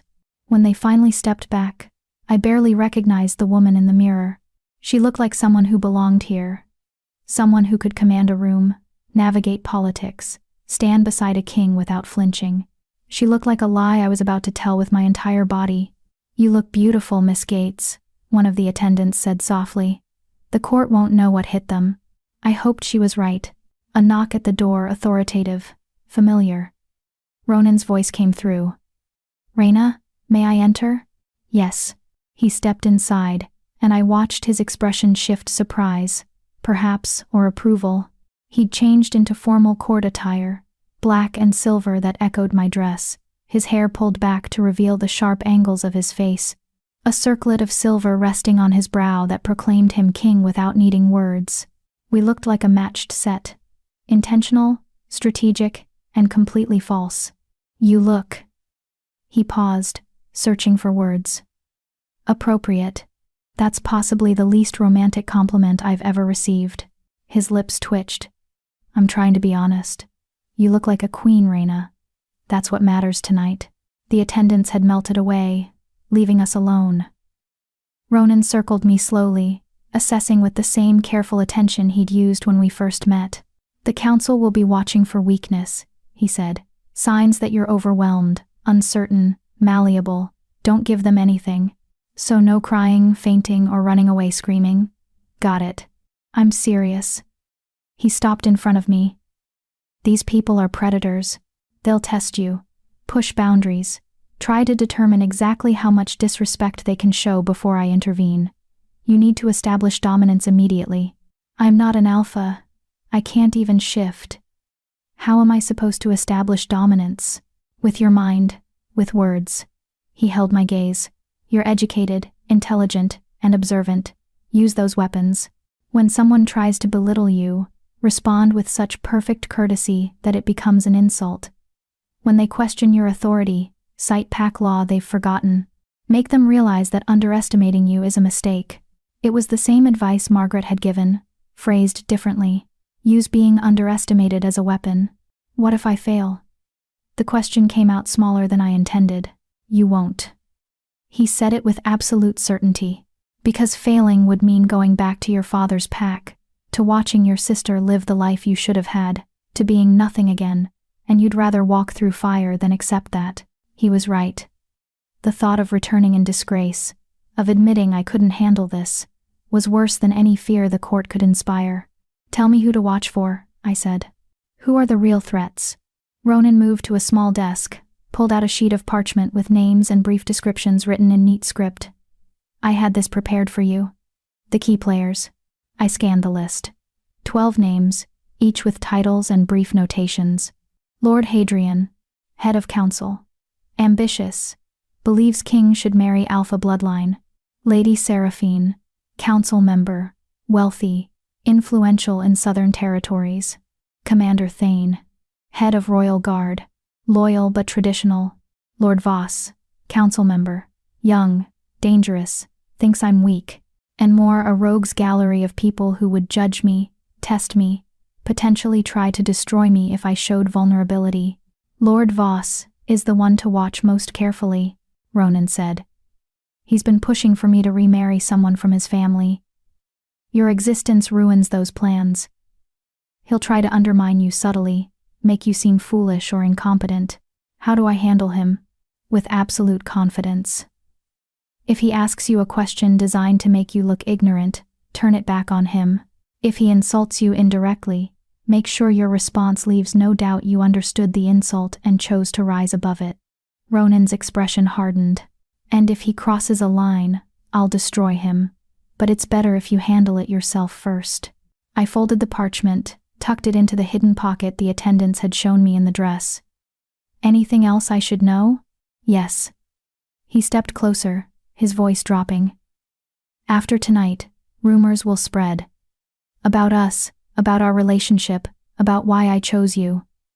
Let them spread. Trying to control gossip is futile. Just make sure your actions don't give them ammunition. What kind of actions? Anything that suggests we're not a united front. If I make a decision, support it publicly, even if you disagree. If you need to argue with me, do it in private. The court will exploit any crack they perceive in our alliance. It made sense, brutal, practical sense. This wasn't a marriage. It was a strategic partnership that required absolute coordination. I understand. He studied me for a long moment. You're trembling. I looked down at my hands. He was right. They were shaking slightly. I'm terrified. Good. Fear keeps you sharp. Just don't let them see it. He offered his arm. Ready? No. I was absolutely not ready. But I took his arm anyway. Felt the solid warmth of him through the formal fabric. As I'll ever be. We walked through the connecting study, a space I'd explore later, filled with books and papers, and the organized chaos of someone who actually worked rather than simply ruled, and into the corridor beyond. The sounds of the reception reached us before we arrived. Music, laughter, the low murmur of dozens of conversations happening simultaneously. 2 guards stood at the entrance to the great hall, their expressions neutral but their eyes assessing. Ronan nodded to them. The doors swung open, and we stepped into a room that fell silent the moment we appeared. The great hall was everything I'd feared, massive and intimidating, with vaulted ceilings that seemed to stretch into shadow, walls lined with weapons and ancient wolf pelts, and what had to be 300 people arranged in a careful hierarchy I couldn't yet read. Every eye turned toward us. Every face showed calculation behind whatever expression they'd chosen to wear. At the far end of the room, on a raised dais, sat 2 thrones, one occupied by an invisible wait, the absent queen, the other waiting for the king to claim it, for us to claim them. Ronan's hand covered mine on his arm, brief pressure, grounding. Then he raised his voice, letting it carry to every corner. Lords and ladies of the court, honored guests, members of the council, allow me to present Rhaena Gates, my betrothed. In 3 weeks, she will be crowned your queen. I expect you to welcome her as such. The court erupted in applause, polite, measured, completely devoid of genuine warmth, but they bowed, a rolling wave of obeisance that rippled through the crowd. I kept my spine straight, my expression neutral, my fear locked away where no one could see it. You survived being underestimated. Use that. Ronan led me into the crowd, and the games began. Chapter 6.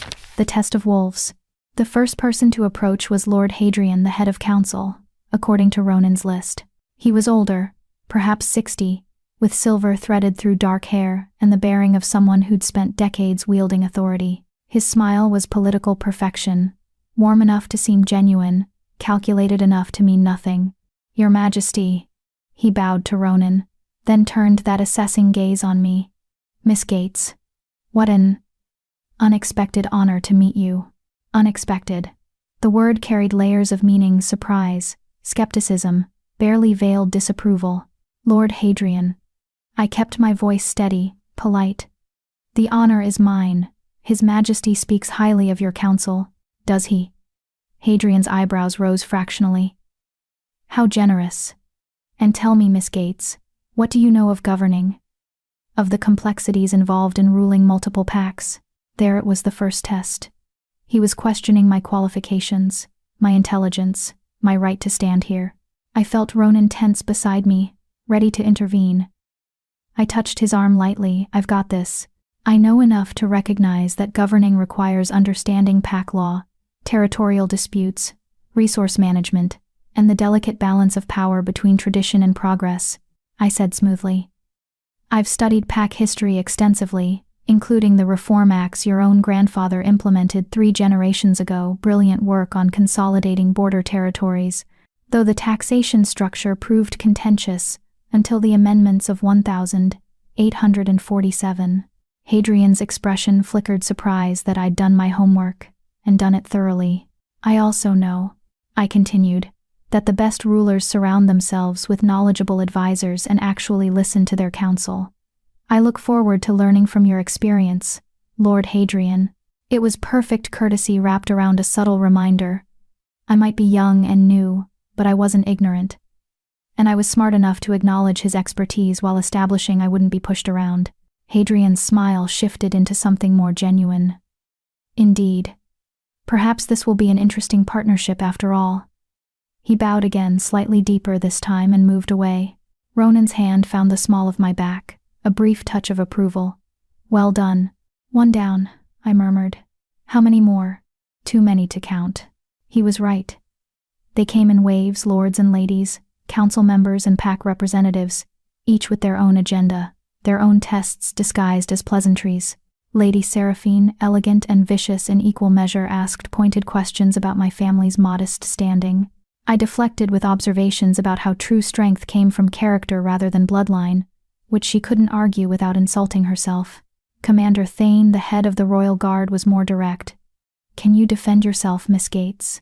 Queens face dangers beyond politics. I've trained in hand-to-hand combat since I was 12, I replied, which was true. Unable to shift, I'd learned other ways to protect myself.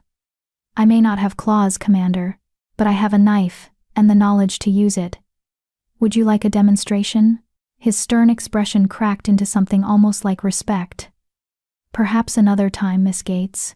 Between introductions, Ronan kept me close, his presence a constant anchor.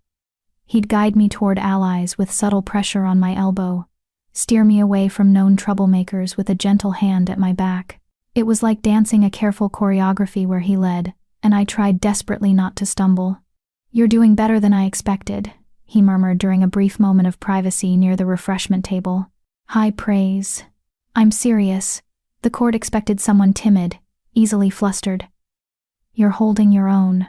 I took a sip of wine I didn't want, using it to hide my shaking hands. "I'm terrified." "I know. But you're not showing it, which is what matters." He scanned the crowd. "Lord Voss is watching us. He's been circling like a shark for the past 20 minutes. Be ready." My stomach tightened. Voss was the one Ronan had specifically warned me about: young, dangerous, ambitious. I searched the crowd until I found him. Mid-30s, handsome in a sharp-edged way, with eyes that promised cruelty wrapped in charm. He was making his way toward us, deliberately slow, letting the anticipation build. "Your Majesty." Voss's bow was technically correct, but somehow mocking. "Miss Gates, you look lovely this evening, blue suits you." Though I confess, I expected something more traditional for such an important occasion. The insult was subtle, suggesting I didn't know proper court dress, that I was unsuitable for the role. "How kind of you to notice, Lord Voss." I smiled sweetly. "I chose blue specifically because it's the color of wisdom and calm qualities I imagine will serve me well in court. What does your choice of red represent?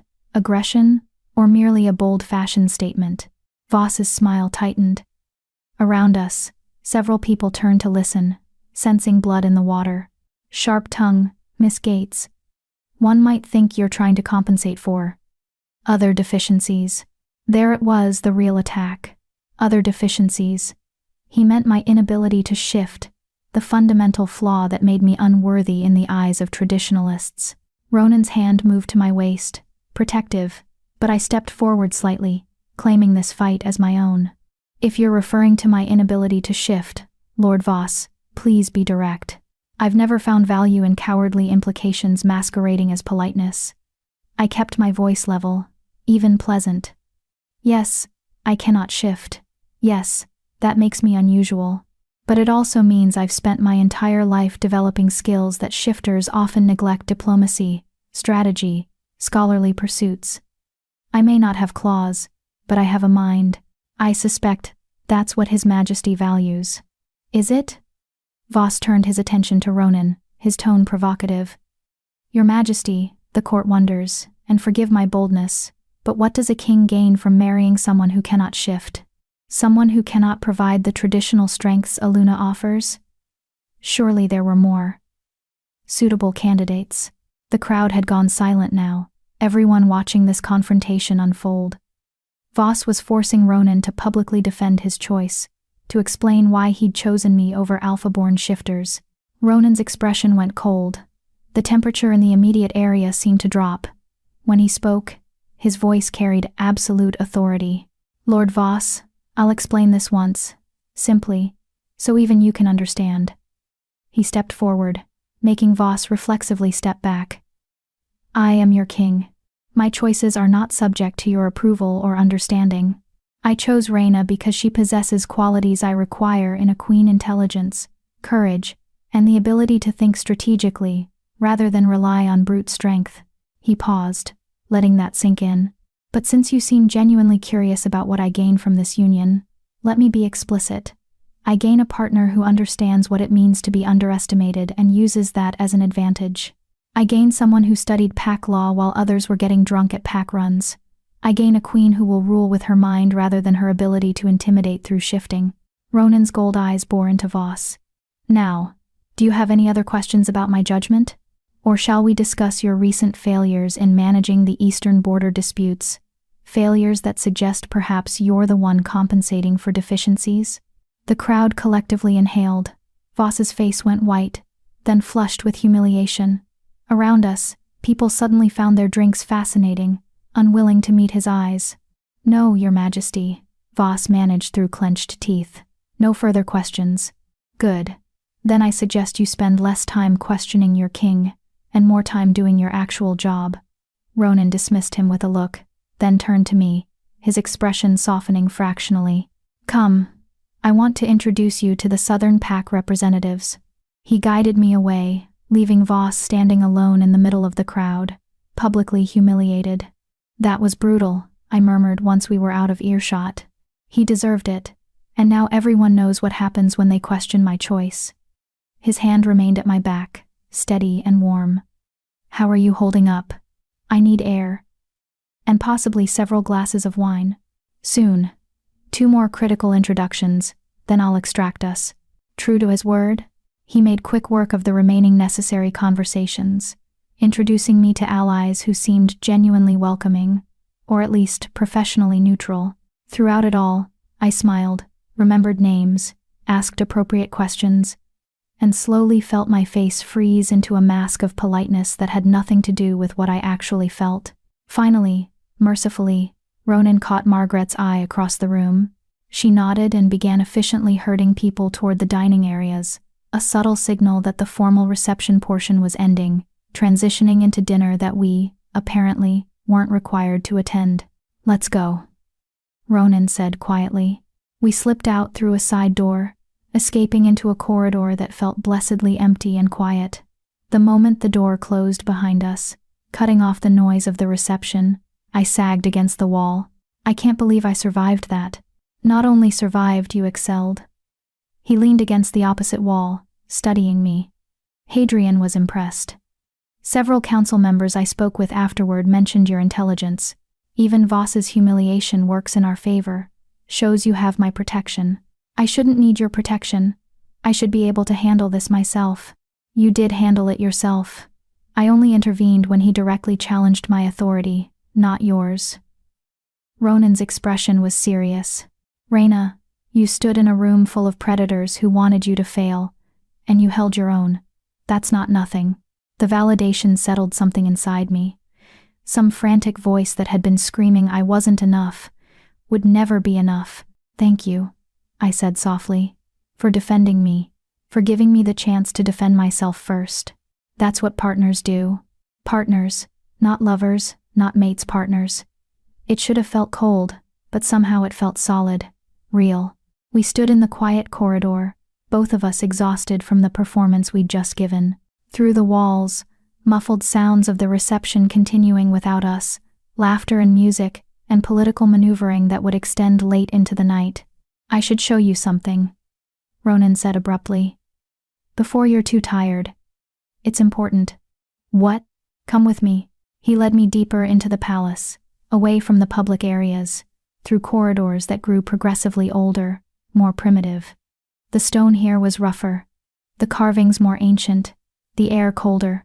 We passed no servants, no guards, just empty passages that felt forgotten by time. Finally, we reached a heavy wooden door bound in iron. Ronan produced a key, unlocked it, and gestured for me to enter. The room beyond was circular, carved directly from mountain stone, with a single window opening onto star-filled sky. And covering every inch of wall space were records, scrolls, books, tablets, documents that looked centuries old. "What is this place?" I breathed. "The Royal Archive. The complete history of the monarchy, going back to the first king." Ronan moved to one of the shelves, ran his fingers along ancient spines. "Every treaty, every law, every secret the royal family has kept for 1,000 years. It's accessible only to the reigning monarch and their chosen consort." He pulled down a leather-bound volume, handed it to me. "This is the record of mates and marriages. You'll find something interesting." I opened it carefully, scanning pages of elegant script documenting royal pairings. Names, dates, whether unions were based on mate bonds or political necessity. And as I read, a pattern emerged. "Most of these aren't mate bonds," I said slowly. "No, 70% are political marriages, strategic alliances. The mate bond is rare enough that most kings never find their true mate. Or if they do, politics prevents the match." He took the book back, returned it to its place. "The council likes to pretend that royal marriages should all be blessed by the moon goddess, that only mate bonds are legitimate. But history tells a different story. Why show me this? Because you need to understand what we're doing isn't abnormal. It's actually closer to tradition than they'd ever admit. They want you to feel illegitimate, like you don't belong here. But this archive proves otherwise. His gold eyes were steady on mine. You have every right to be Queen, Reina. The moon goddess's blessing isn't required, no matter what they say. The weight of that, the validation of history itself, made my throat tight. Thank you, I managed. For showing me this, for all of it. You're welcome. He moved toward the door. Come, you need rest. Tomorrow starts early meetings with household staff, more introductions, and you'll need to begin working with the palace seamstresses on your coronation gown. Right. The coronation. In 3 weeks, I'd officially become queen. The thought was still surreal. We walked back through the ancient corridors in comfortable silence. When we reached the connecting study between our suites, Ronan paused. You really did well tonight, Reina. I meant that. So did you. Destroying Lord Voss was particularly impressive. His smile was brief. He'll recover. And plot revenge, probably. But that's a problem for another day. He hesitated, and something crossed his face, an expression I couldn't quite read. Sleep well. You too. I watched him disappear into his own suite, then entered mine. The attendants had already been through the bed, turned down, candles lit, a tray of food left in case I was hungry. I wasn't. I was exhausted and overwhelmed, and strangely elated. I'd survived. More than survived, I'd held my own against people who'd wanted me to fail. I changed into a nightgown, washed my face, and climbed into the enormous bed. Through the window, stars blazed against black sky. The same stars I'd seen from my family's estate. But they looked different from here. Brighter. Maybe. Or perhaps I was different. Seeing them with new eyes. Tomorrow would bring new challenges. More tests. More people determined to prove I didn't belong. But tonight, I'd proven something to myself. I was stronger than I'd thought. Adaptable, like Ronan said. Capable of surviving in this world of wolves, even without claws of my own. I closed my eyes and let exhaustion pull me under, dreaming of stone palaces and winter gold eyes and a future I was slowly beginning to believe I could actually claim. The next 2 weeks passed in a blur of activity that left me dizzy. Days started early meetings with Margaret about household management, sessions with the seamstresses who fussed over my coronation gown, lessons in court protocol from a stern older woman who tutted at my every mistake. I learned which fork to use at formal dinners, how to address visiting dignitaries, the proper way to enter a room so my presence commanded attention. I studied, constantly. The books Margaret had provided became my constant companions. Histories of the royal family, biographies of former queens, detailed breakdowns of current political alliances. I memorized names and faces, territorial boundaries, trade agreements, the complex web of favors and debts that governed court interactions. And I attended functions. So many functions.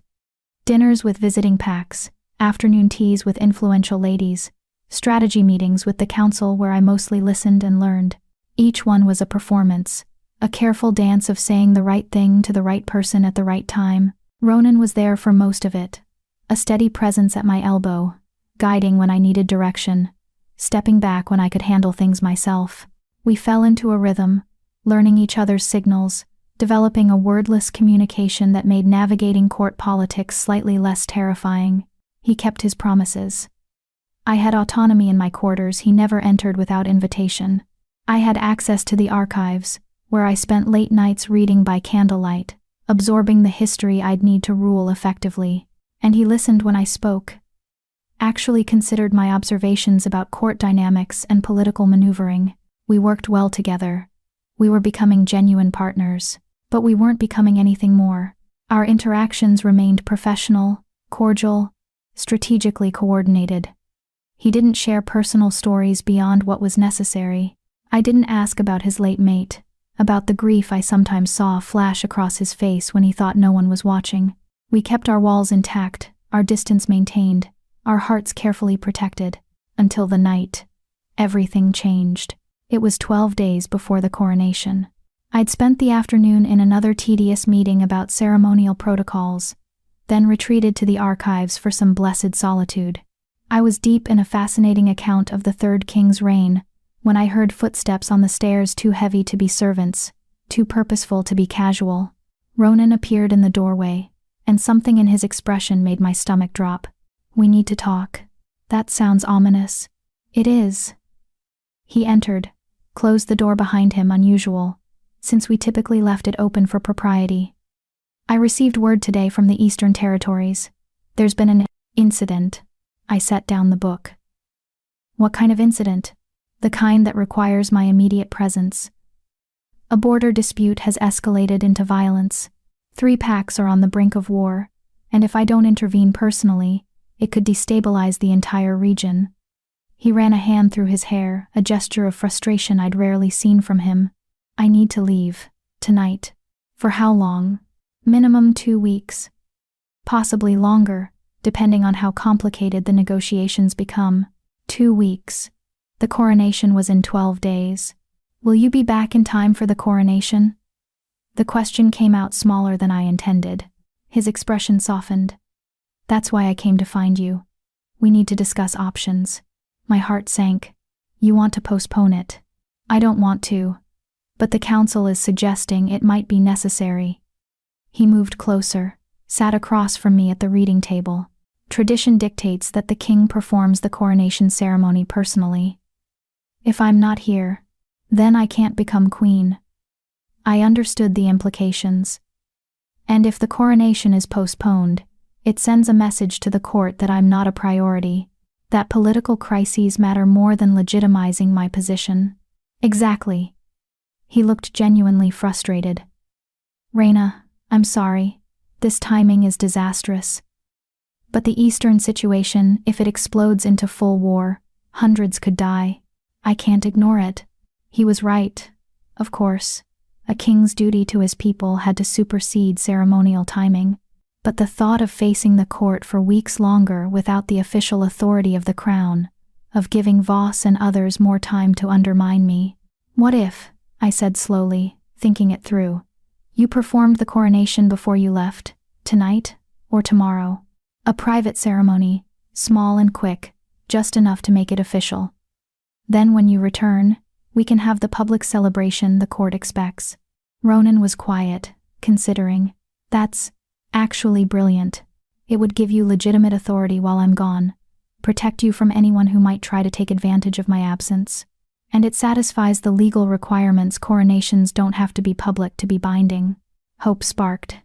"So we could do it?" "We could." But his expression was still troubled. "There's one complication." "What?" "What?" "The coronation ceremony includes the marriage vows. They're part of the same ritual you're crowned as my queen and my wife, simultaneously. If we do this tonight, Raina, we're not just moving up the coronation, we're getting married." The words hung between us, heavy with implications. Married.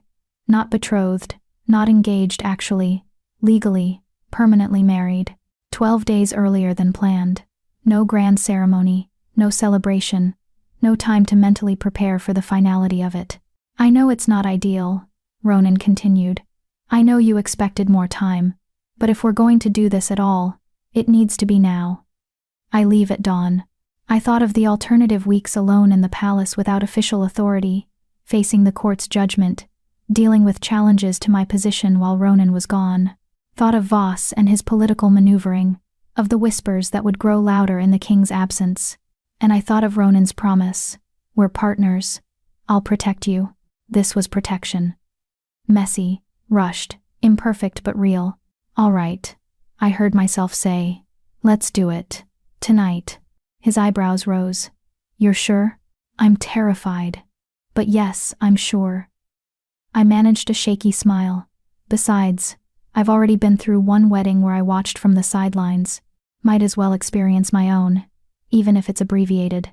Something flickered in his expression. "Respect, maybe. Or gratitude. I'll make the arrangements. We'll need witnesses. I'll ask Margaret and Commander Thane. Both are trustworthy. The ceremony itself takes about 20 minutes. We can do it in the private chapel at midnight. Midnight. Less than 3 hours away. What do I need to do?" "Just be there. Margaret will help you prepare." He stood, moved toward the door, then paused. Raina, thank you. For being flexible. For understanding. That's what partners do. I echoed his earlier words. His smile was brief but genuine. Then he was gone, leaving me alone with ancient books and the stunning realization that in 3 hours, I'd be married. To a king I barely knew, who'd promised me everything except the one thing most brides wanted. Love. I pressed my hands against the cool stone of the reading table and tried to steady my breathing. You survived your family. You survived the reception. You'll survive this.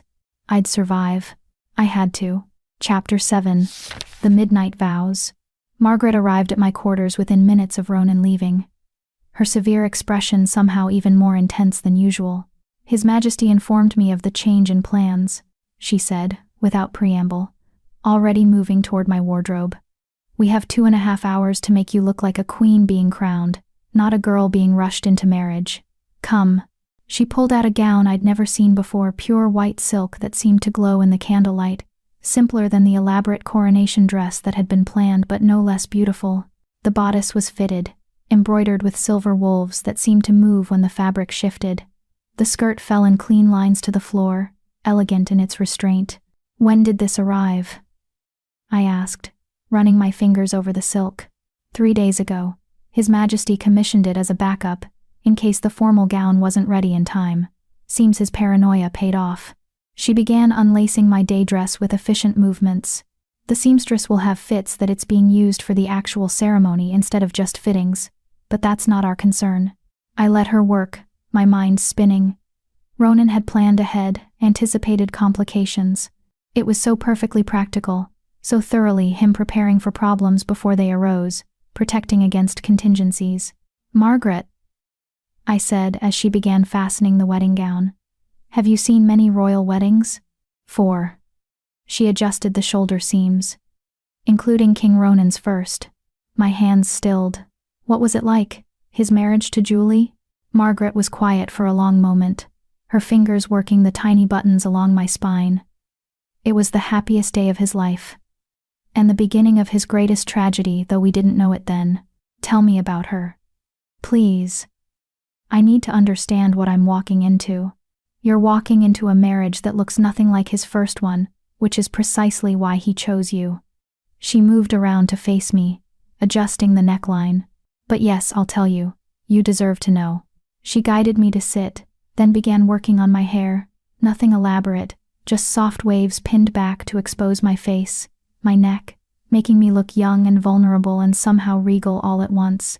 Julie was the daughter of the Western Pax Alpha, Margaret began, her voice taking on the cadence of storytelling.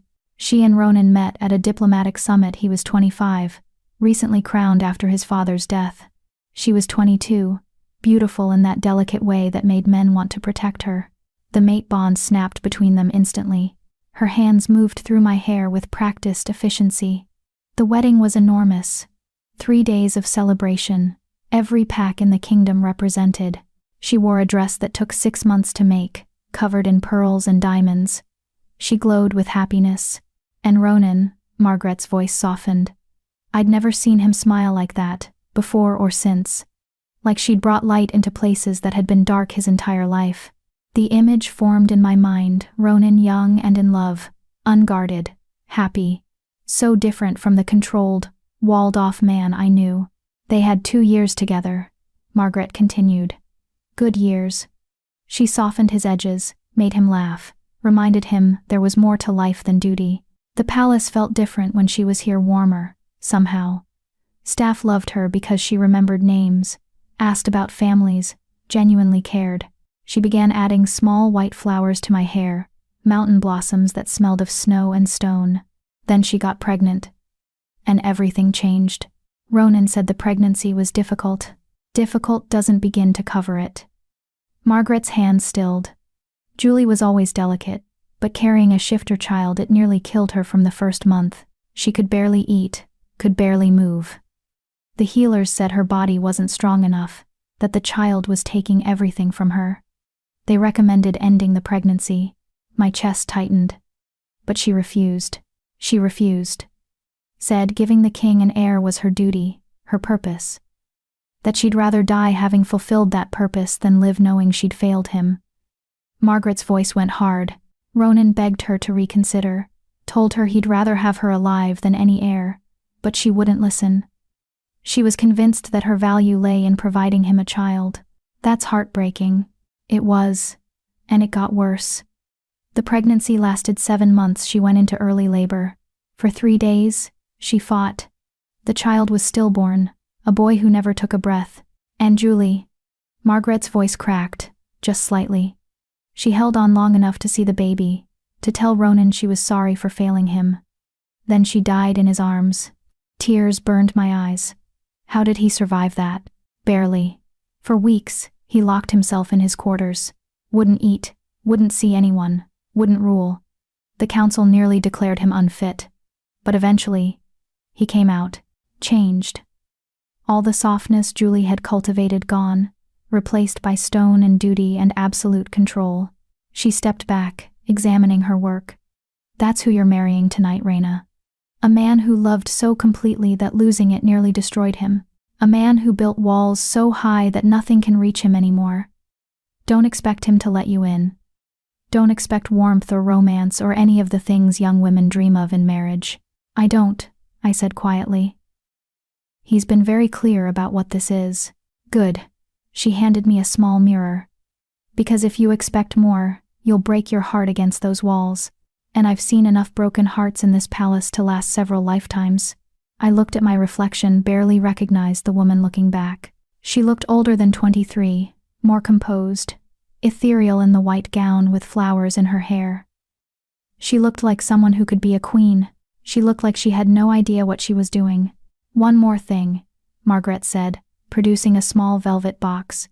Queen Julie's coronation crown. Traditionally, it passes to the next queen. She opened the box, revealing a circlet of silver so delicate it seemed like it might dissolve if touched. Small diamonds caught the light, arranged in patterns that suggested stars, or snowflakes, or both.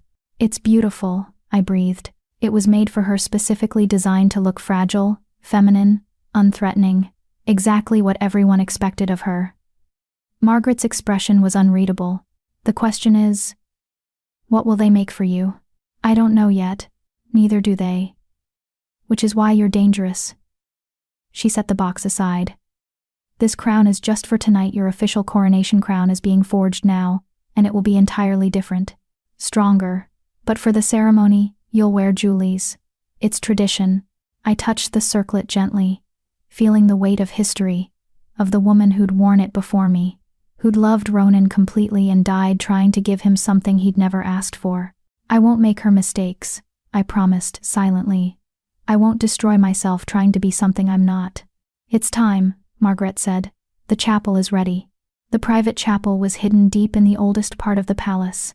A small stone room with a ceiling carved to look like night sky. Stars painted in silver leaf that gleamed in the candlelight. An altar stood at the far end, covered in white cloth. And before it waited 3 people, Ronan, Commander Thane, and a priest I didn't recognize. Ronan had changed into ceremonial robes, black and silver, formal without being ostentatious. The king's crown sat on his head, heavy and ancient, but it was his expression that caught me, controlled carefully, blank, but something underneath, tension, perhaps, or grief, or both. When I entered, his eyes found mine and held. Whatever he was feeling, he locked it away. Commander Thane bowed stiffly. Miss Gates. Commander. The priest stepped forward, elderly, with kind eyes that had seen too much. Your Majesty, Miss Gates, shall we begin? Yes, Ronan said. Let's make this official. It wasn't romantic. It wasn't emotional. It was practical, 2 people executing a necessary ritual to protect political positions. Exactly what we'd agreed to. The priest gestured for us to approach the altar. Ronan offered his hand. I took it. His grip was warm, steady, grounding. We gather tonight for a sacred purpose, the priest began, his voice echoing off stone walls. To crown a queen and seal a marriage before the moon goddess and pack law. Though this ceremony is private, it is no less binding. What is done here tonight cannot be undone. He looked at both of us. Do you understand? Yes, we answered in unison. The priest nodded, then began the ritual ancient words in the old language that most shifters had forgotten, but that resonated with power anyway. He called upon the moon goddess to witness, upon the spirits of past kings to bless, upon the mountains themselves to remember. Then he turned to Ronan. Your Majesty, do you take this woman as your queen, your wife, your partner in all things? Do you vow to protect her, honor her, and share your crown and your burden with her until death claims you both? Ronan's gold eyes were steady on mine. I do. And do you, Rhaena Gates, accept this crown and this king? Do you vow to rule justly, to honor your people, to stand beside him in times of peace and war, until death claims you both? My voice came out clear, strong. I do. Then, by the authority granted to me by the moon goddess and pack law, I pronounce you king and queen, husband and wife, bound until the end of your days. The priest lifted Julie's crown from its velvet cushion. Kneel, Rhaena Gates. I knelt, feeling the cold stone through my silk gown. The priest looked at Ronan.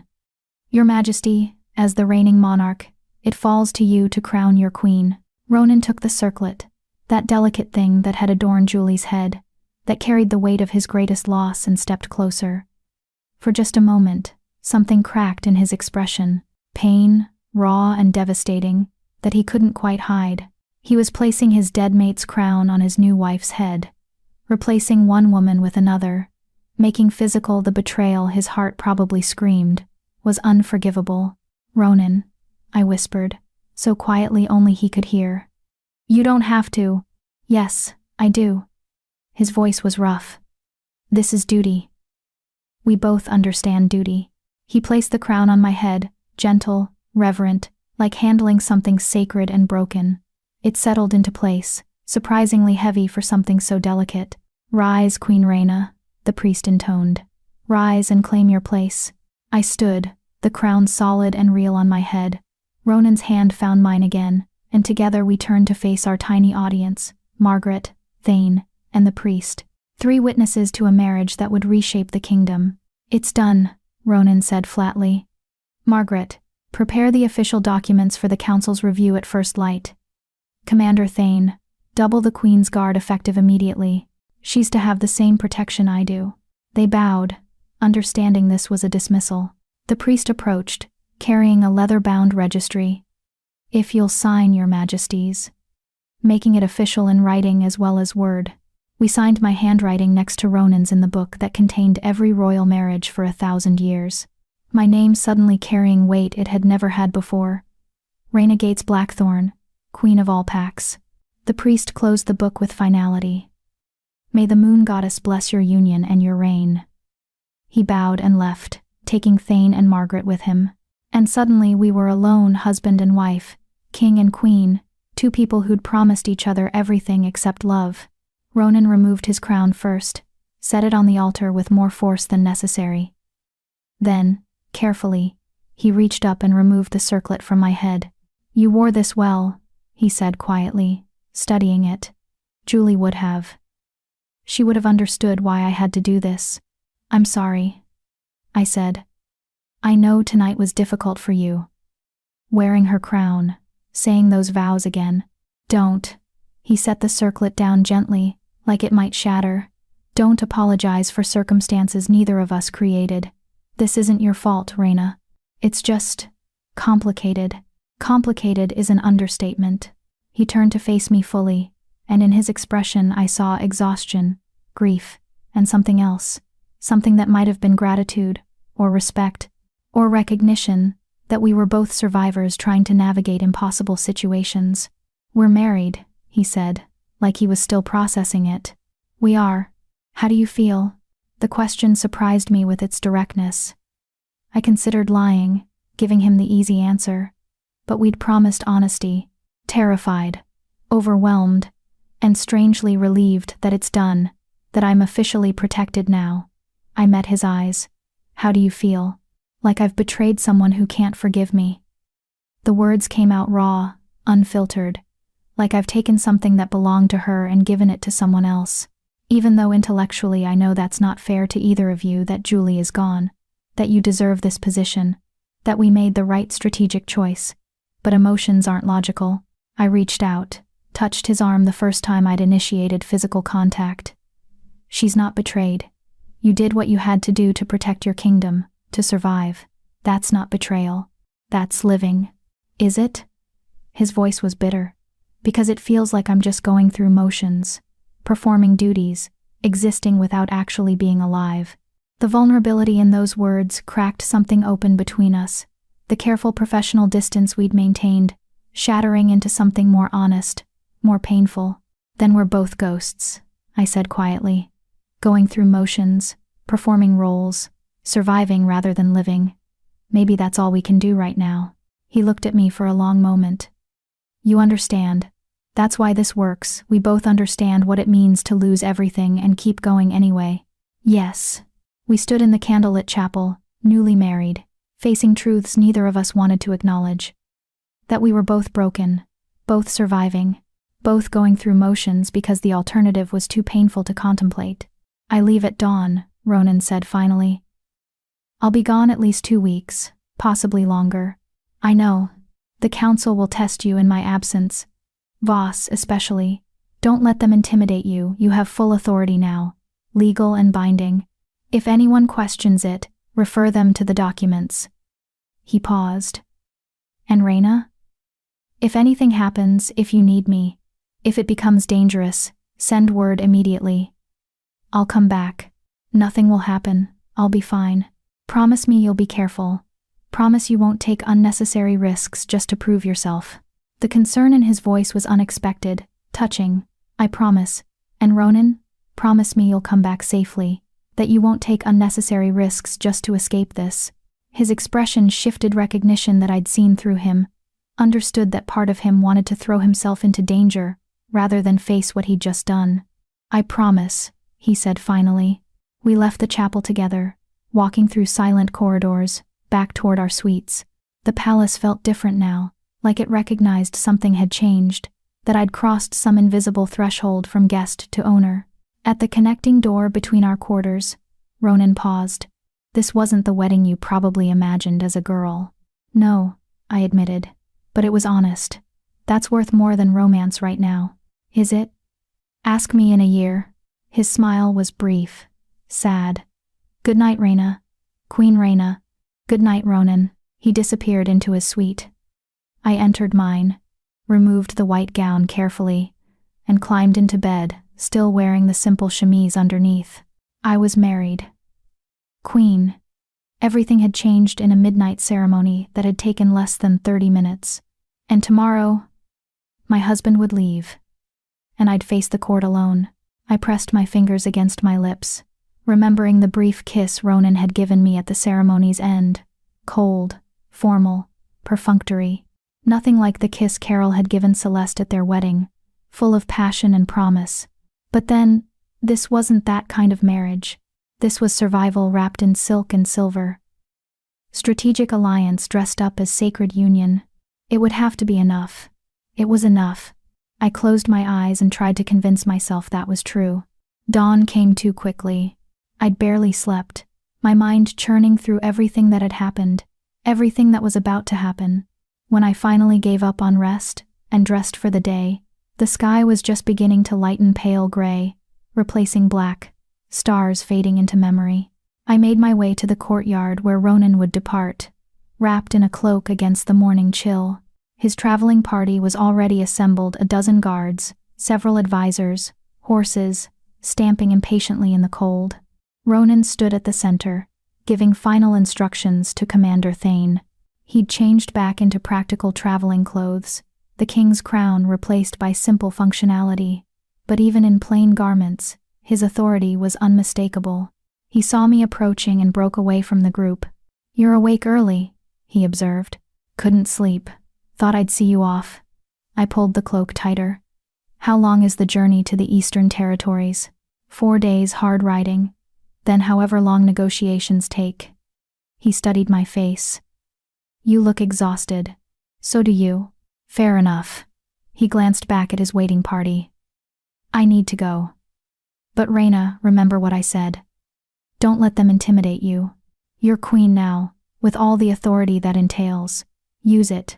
I will. He hesitated, then surprising us both, I think pulled me into a brief embrace. It was awkward, formal, but his arms were solid around me, grounding. Be safe, I whispered against his shoulder. You too.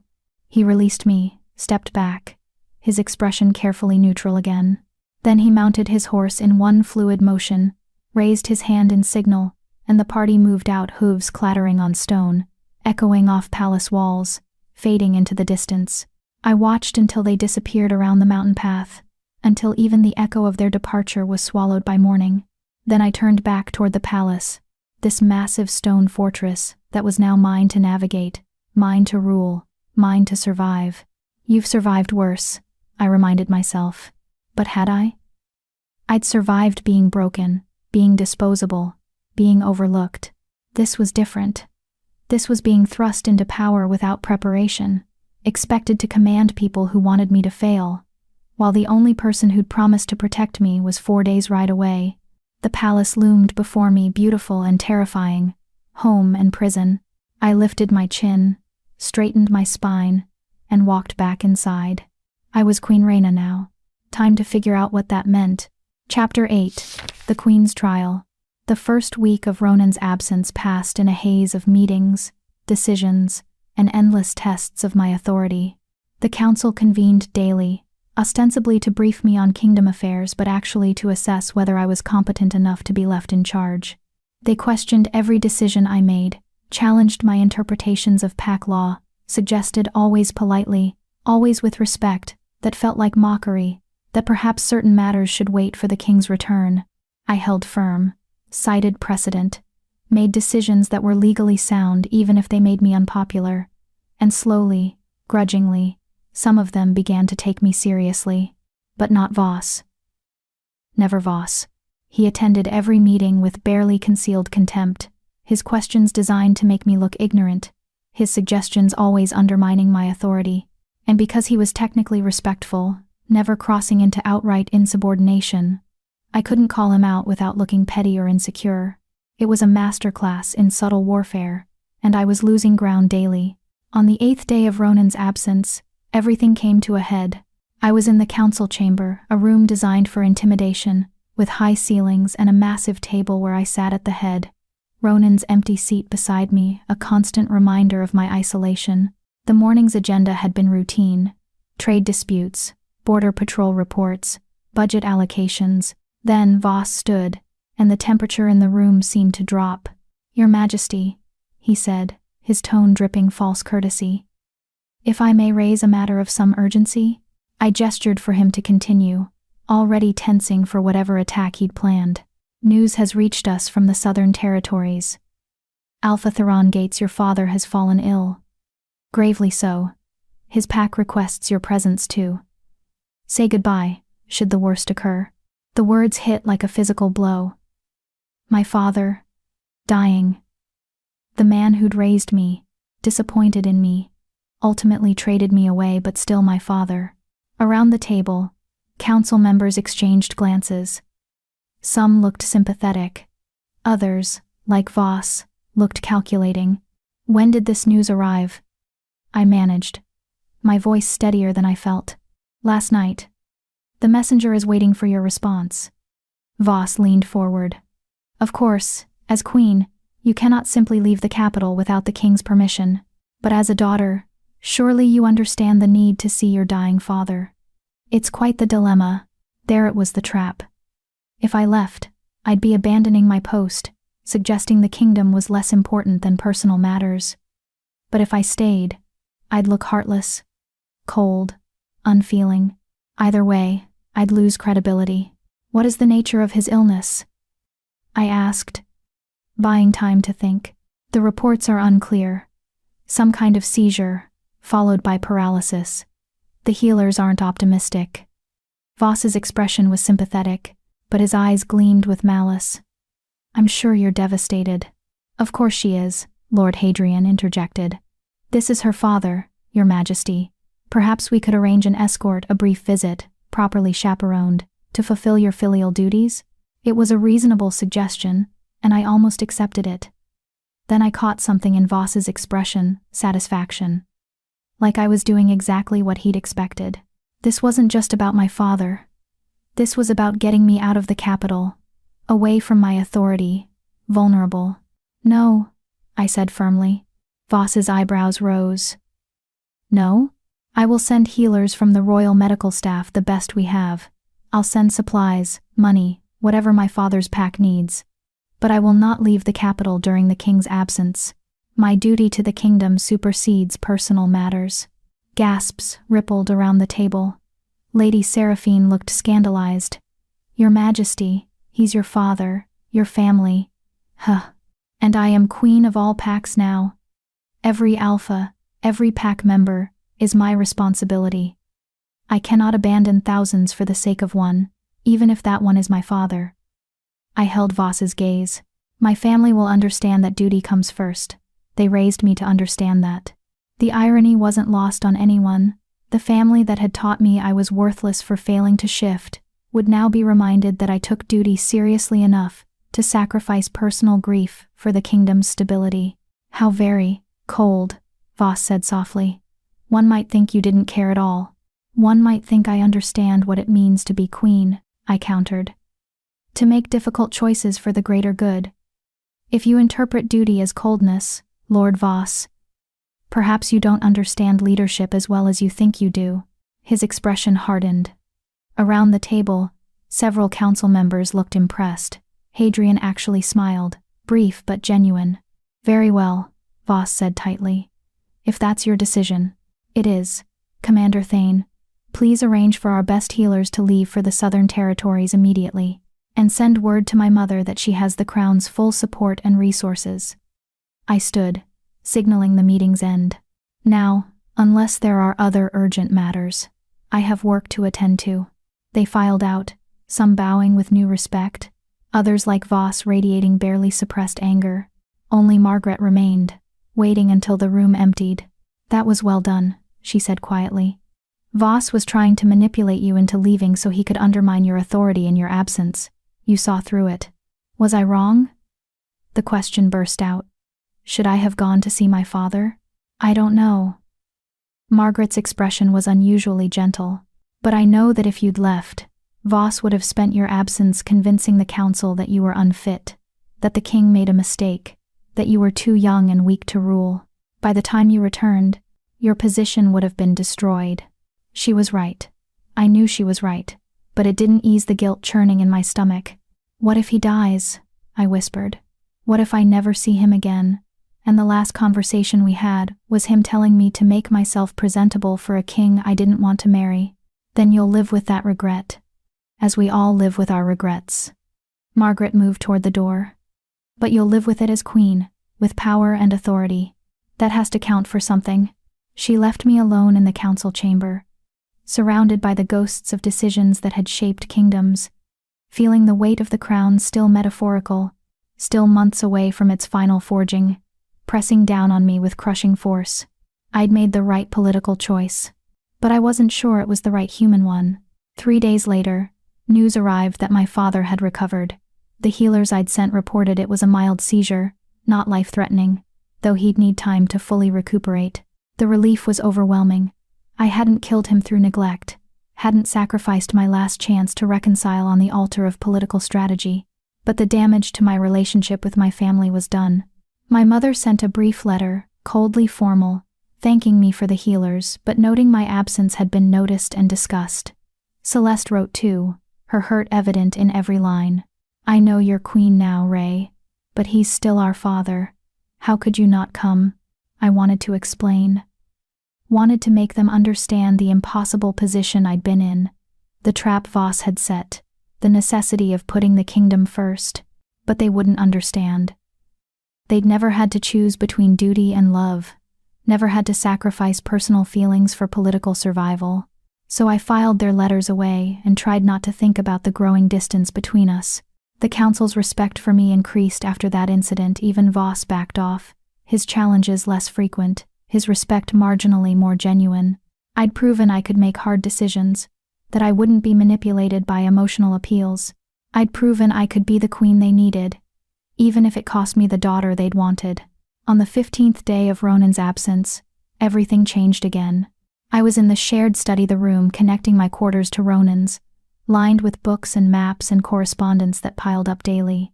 I'd taken to working there late at night, when the palace was quiet, and I could think without interruption. I was reading reports from the Eastern Territories. Ronan's negotiations were progressing, but slowly when the door burst open. Commander Thane stood there, his usual composure shattered into something close to panic. "Your Majesty, you need to come. Now." My blood went cold. "What's happened?" "The southern border. There's been an attack. Raiders from the unclaimed territories. They've taken hostages, killed guards, and they're demanding to negotiate with the crown." He was already moving, expecting me to follow. "We have maybe an hour before they start executing prisoners." I ran after him, my mind racing. This wasn't in any protocol I'd studied, any scenario I'd prepared for. This was real, immediate, deadly. "Where's the king's representative?" I asked as we rushed through corridors. "Who handles border crises?" "The king does. Or in his absence, the queen." Thane's expression was grim. "That's you, Your Majesty. This is your call." We reached the war room, a space I'd never entered before, dominated by a massive table covered in maps, currently surrounded by military commanders who all turned when I entered, their expressions ranging from hopeful to skeptical. "Report," I commanded, channeling every ounce of authority I possessed. A grizzled commander stepped forward. 30 raiders crossed the southern border 3 hours ago. They hit a small settlement, killed 5 guards, took 12 hostages, including children. They're demanding safe passage through our territory, supplies, and gold. If we refuse, they start killing hostages at dawn. Dawn. Less than an hour away. What are our options? Limited, Your Majesty. We have forces nearby, but attacking risks the hostages. Negotiating sets a precedent that raiders can extort the crown, and we can't reach King Ronan in time for guidance. Every face in the room was watching me, waiting for a decision that could save lives or cost them, that would define my reign in blood and fire. "Think," I commanded myself. What would Ronan do? But Ronan wasn't here. This was mine to handle, for better or worse. Do we know who these raiders are? Where they came from? Best intelligence suggests they're remnants of the disbanded Shadow Pack. No alpha, no structure, just survivors turned desperate. Why? Shadow Pack. I'd read about them in the archives, a pack destroyed 15 years ago for breaking sacred laws, their members scattered and forbidden from joining other packs. They'd been living as outlaws ever since, growing increasingly desperate. An idea formed, dangerous and possibly insane. "I'll negotiate," I said. The room erupted in protests. "Your Majesty, absolutely not. Too dangerous. The king would never allow." "The king isn't here," I said sharply, cutting through the chaos. "I am, and I'm queen. Negotiations are within my authority." I turned to Thane. "How many guards can you assemble in 30 minutes? 50, maybe 60. Do it. Full armor, weapons ready, but held at a distance. I want an overwhelming show of force, but not aggressive." I looked at the assembled commanders. "I'm going to offer them something they don't expect." "What?" Thane asked. "A choice. Safe passage in exchange for the hostages, but only if they agree to pack trials. If they're truly desperate survivors, rather than murderers, they can petition to join existing packs, regain legitimacy. But they do it through proper channels, not extortion." It was risky. It set a precedent, but one of mercy, combined with law, not weakness. "And if they refuse?" one commander asked. "Then we have 60 armed guards ready to end this by force. But we give them the choice first." I met each commander's eyes in turn. "Do I have your support?" Slowly, uncertainly, they nodded. "Then let's move. We have 40 minutes. The southern border was a 2-hour ride at normal pace. We made it in one, pushing the horses to their limits, arriving just as dawn painted the eastern sky in shades of blood and gold. The raider camp was makeshift rough tents arranged around a central fire, figures moving with the nervous energy of people who knew they were cornered. And kneeling in the dirt, bound and terrified, were the hostages. I counted 12 faces, Men, women, children, all staring at our approaching force with desperate hope. The raiders scrambled to defensive positions, weapons drawn. Their leader stepped forward, a woman, surprisingly, with scars crossing her face and eyes that had seen too much violence. "That's far enough," she shouted. "Come closer and the hostages die." I dismounted, ignoring Thane's protest. "I'm Queen Rhaena. I'm here to negotiate." Shock rippled through the raider camp. Whatever they'd expected, it wasn't the queen herself. "You came," the leader said, her voice carrying disbelief and suspicion. "Why?" "Because you asked to negotiate with the crown. I'm the crown, in the king's absence. So let's negotiate." I walked forward slowly, hands visible, unarmed until I was close enough to see the desperation in her scarred face. "Stay back!" She raised her blade, rusty, chipped, barely serviceable. "I'm unarmed. I'm here to listen." I stopped at what felt like safe distance. "You're Shadow Pack remnants, survivors of the disbanding, living outside pack law for 15 years. You're desperate, starving, and you saw a chance to force the crown to acknowledge you. Am I right?" The leader's expression flickered surprise that I understood. "You're right," she said finally. "We're dying out here. Can't hunt in pack territories without being killed. Can't trade because no one trusts outlaws. We're not murderers, we're survivors. But surviving's getting harder every year. Then stop surviving illegally and petition for reinstatement." We tried that. Every pack we approached rejected us. They say Shadow Pack sins can't be forgiven. Then petition the crown directly. Pack law allows for special dispensation from the monarchy in cases of extreme hardship. I kept my voice steady, reasonable. "I'm offering you that chance. Release the hostages now, unharmed, and you have my word you'll get fair trials. Each of you can petition to join existing packs. If you're found worthy, you'll be reinstated with full legal protection. And if we're not found worthy, then you face justice for the murders you committed tonight. But at least you'll face it through legal channels, not as outlaws hunted like animals." Silence. The raiders exchanged glances, weighing hope against cynicism, legal chance against continued desperation. "Why should we trust you?" the leader asked. "You're a queen." "We're nothing. You're pack members who made mistakes and got caught in consequences not entirely of your making. Shadow Pack's crimes were committed by your alphas, not by all of you. That's not justice, that's collective punishment. I can't change the past, but I can offer you a chance at a different future." I took a step closer. "I'm offering you what I needed once, someone willing to see past what you're supposed to be, to what you actually are. Someone willing to give you a chance despite everyone saying you don't deserve it." The truth in those words resonated. I saw it in her expression, the recognition that I understood, that I wasn't just performing political theater. "We release the hostages," she said slowly. "You guarantee safe passage to the capital for trials. I guarantee it, on my authority as queen." She looked back at her people, 30 desperate souls who'd been living as ghosts for 15 years. Then she lowered her weapon. "Release them," she commanded. The hostages were untied, stumbling forward into the waiting arms of the guards I'd brought. Crying, thanking whatever gods they believed in, collapsing with relief. And the raiders stood weaponless, vulnerable, waiting to see if I'd keep my word or if this had all been a trick to get them to surrender. I turned to Commander Thane. "Escort our guests to the capital. See that they're housed, fed, and treated with the dignity pack law requires for those awaiting trial. Anyone who harms them answers to me personally." Thane looked like he wanted to argue, but he bowed. "Yes, Your Majesty." I turned back to the raider leader. "What's your name?" "Kira." "Kira, you took a tremendous risk trusting me. I won't waste that trust. You'll get your trials, fairly administered. What happens after that is up to you and the packs who hear your petitions." "Why?" The question came out raw. "Why help us? We're criminals, outlaws."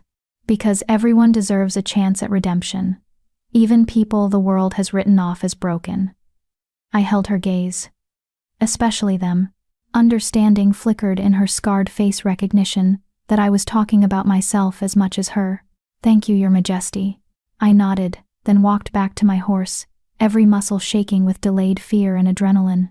I'd just negotiated a hostage crisis, successfully, without consulting anyone, without the king's permission, on nothing but instinct, and a belief that mercy could be strategic. I'd either saved lives and created a historic precedent for rehabilitation, or I'd made a catastrophic mistake that would haunt my reign forever. Only time would tell which. We returned to the capital by mid-afternoon, exhausted and filthy. The hostages were reunited with their families. The raiders were housed in secure but comfortable quarters, awaiting the trials I'd promised. And word of what had happened spread through the palace like wildfire. By the time I reached my quarters, the council was already assembling for an emergency session. I changed quickly, washing blood and dirt from the journey, pulling on formal robes that proclaimed my authority. Then I walked into that council chamber with my spine straight and my expression calm, ready for whatever came next. The reaction was immediate and polarized. "Your Majesty, what you did was reckless." Lady Seraphine was on her feet, face flushed. "You could have been killed. The king will be furious." "The king isn't here," I said coolly, taking my seat at the table's head.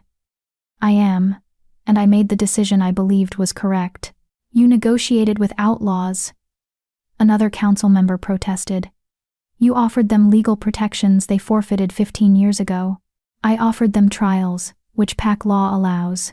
If they're guilty of crimes beyond their pack's original sins, they'll face justice. But if they're simply survivors caught in an unfair situation, they deserve a chance at redemption.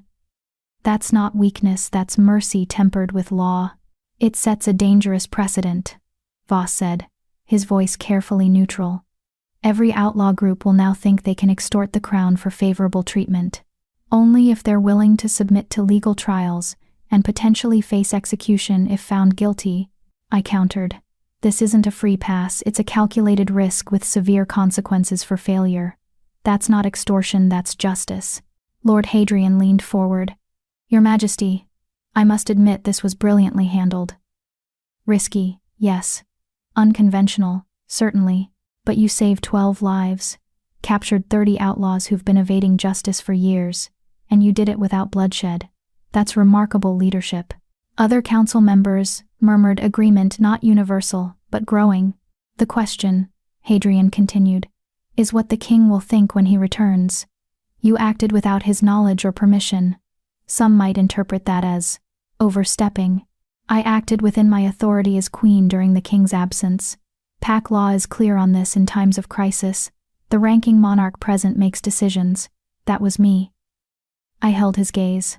"If the king disagrees with my choices, he and I will discuss it privately. But I won't apologize for saving lives." "Well said." "Your Majesty," Hadrian murmured, and I caught approval in his eyes.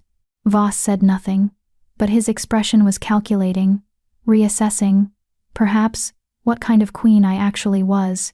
The council debated for another hour, logistics of the trials, security concerns, political implications. But the fundamental decision was made.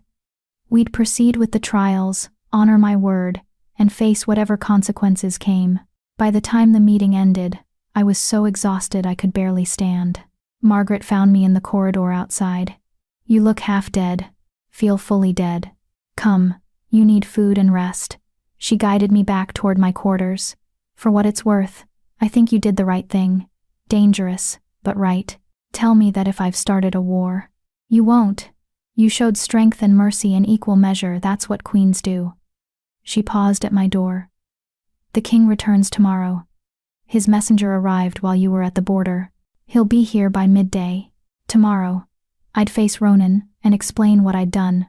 Hope he understood. Pray I hadn't destroyed everything we'd built." "Thank you, Margaret." She left, and I collapsed into bed, still wearing my formal robes, too tired to even undress. Tomorrow, everything would change again. Tomorrow, I'd discover whether I'd been strong or foolish, whether mercy was wisdom or weakness.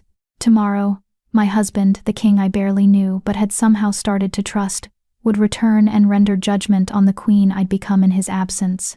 I closed my eyes and let exhaustion pull me under, dreaming of scarred faces and desperate choices and the weight of a crown I was still learning to carry. Epilogue. The Queen's Crown. 8 months had passed since the midnight coronation, 8 months of trials and triumphs, of learning to rule and learning to trust, of slowly transforming from strangers bound by necessity into partners bound by choice. The outlaw trials had concluded successfully. Kira and most of her group had been accepted into various packs, their reintegration becoming a landmark precedent for rehabilitation over perpetual punishment. A few had been found guilty of crimes beyond survival and faced justice accordingly, but the majority had been given the second chance I'd promised, and the kingdom was stronger for it. My formal coronation crown had been completed, not delicate like Julie's, but strong, bold, forged in silver and black iron, with wolves that looked powerful rather than decorative. It sat in my quarters now, a physical reminder that I was no longer becoming queen. I was queen. The late autumn afternoon found me in the library. Ronan had given me the one that had become my sanctuary, my workspace, my refuge. Sunlight streamed through tall windows, painting the book-lined walls in shades of amber and gold. I sat at my desk, pen in hand, staring at blank parchment. I'd been trying to write for an hour, but the words wouldn't come. The door opened quietly. I didn't need to turn around to know who it was. I'd learned to recognize his footsteps, the particular way he moved through space, the subtle shift in the air when he entered a room. "You're staring at that page like it personally offended you," Ronan observed, moving to stand behind my chair. "It's mocking me, blank and perfect and impossible to fill." His hand settled on my shoulder, warm, grounding, the kind of casual touch that had become natural over months of proximity. "What are you trying to write?" I hesitated, then admitted. "Our story. I thought I wanted to record it. How we met. How this all began. But every time I try to start, it feels wrong. Like I'm telling someone else's story, not mine. Maybe because you're trying to tell it from the beginning." He pulled up a chair, sat beside me close enough that our knees touched. "Start from the middle instead. From the moment you realized something had changed. When was that for you?" He was quiet for a moment, considering. "The night you negotiated with the outlaws." I was writing back, furious and terrified, and suddenly I realized I wasn't just worried about the kingdom's queen. I was worried about you, specifically you. His gold eyes met mine. That's when I knew this had become more than political convenience. My chest tightened with emotion I was still learning to name. For me, it was dinner. That first dinner after you returned, when you didn't just talk at me about politics, but with me, like my thoughts actually mattered. They do matter. They always have. I know that now. But Ronan and I spent so long being dismissed, being overlooked, that I kept waiting for you to realize you'd made a mistake. Kept waiting for the moment you'd look at me and see what everyone else saw. The broken one. The twin who wasn't enough. His hand moved from my shoulder to cup my face, gently forcing me to look at him. "I need you to hear this, Raina. Really hear it. You are not broken. You are not less than. You are exactly who I need you to be: intelligent, courageous, compassionate. You don't need to shift to be worthy. You never did. But I can't give you," my voice cracked, "children, an heir, the one thing every king needs, and I might not be able to provide it." We'd discussed this before, carefully avoiding the depth of my fear. The healers couldn't determine if my inability to shift extended to fertility issues. We'd been married 8 months, and I hadn't conceived. Every month that passed felt like another confirmation of my fundamental brokenness. "Raina." His voice was firm but gentle. "Look at me." I did, finding his expression serious and achingly soft. "Even if we never have biological children, even if the moon goddess never blesses us with that particular gift, you are enough. You are always enough." He took my hand, pressed it over his heart. "I married you knowing this might be an issue. I chose you anyway, because what you bring to this partnership is worth more than any heir. You're a brilliant queen. You're changing this kingdom for the better. You're teaching me how to lead with mercy instead of just strength. But the council can accept reality or find new employment. I will not. I refuse to make you feel like your value depends on producing children." His jaw tightened. "Julie died because she thought her worth lay solely in giving me an heir. I won't lose you to that same poisonous belief. Tears burned my eyes. I'm not going to die, Ronan. I'm just afraid. Afraid that one day you'll resent me for this. That you'll wish you'd chosen differently. Never. The word was absolute. And Raina? There are other options. Adoption. Fostering. The kingdom is full of children who need homes, who need love. If we're meant to be parents, we'll find a way. But if we're not, if it's just us, building this kingdom together, that's enough too. You're enough. The words cracked something open inside me, some last wall I'd been holding against hope. Say it again, I whispered. Please. You're enough. He pulled me closer, until our foreheads touched. You were always enough. From the moment you stood in that chapel and agreed to marry me, knowing exactly what you were getting, a broken king who'd promised you everything except love. You were brave and honest and absolutely terrifying in your strength. And every day since, you've proven that I chose correctly. I thought you couldn't love again, that you'd built walls too high to let anyone in. So did I. His smile was small, vulnerable. Turns out I was wrong. It doesn't feel like it did with Julie. It's different, quieter, less consuming. But Raina, I do love you. Not the same way, but real nonetheless. I love your intelligence and your courage.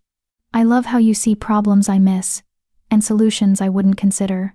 I love that you challenge me, argue with me, refuse to simply agree for the sake of peace.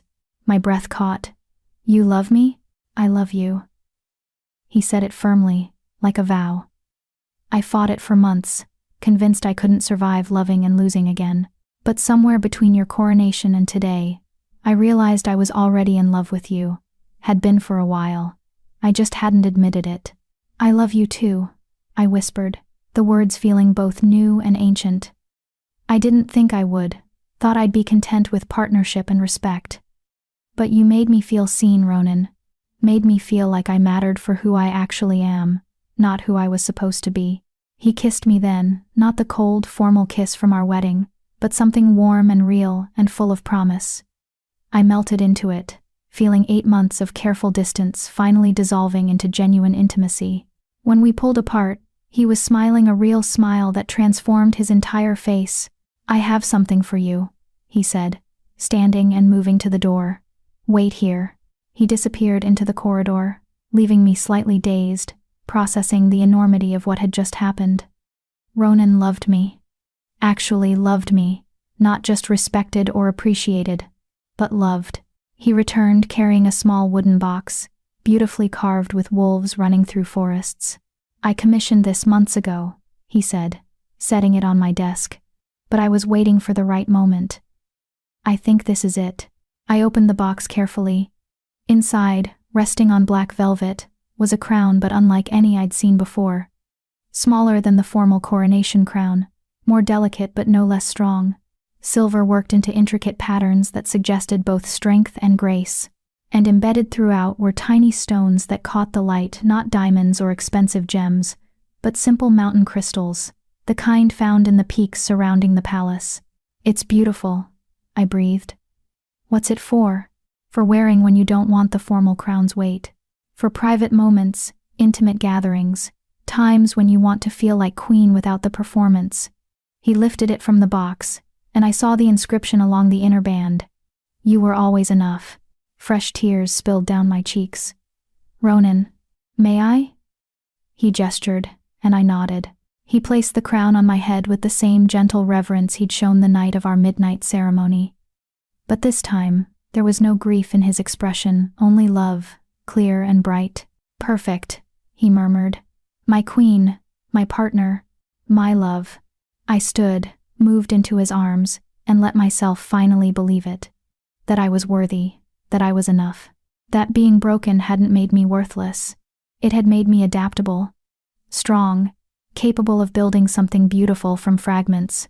We stood like that for a long time, holding each other in the library he'd given me, surrounded by books and sunlight, and the quiet certainty that we'd found something rare, a love built on honesty rather than fate, on choice rather than destiny.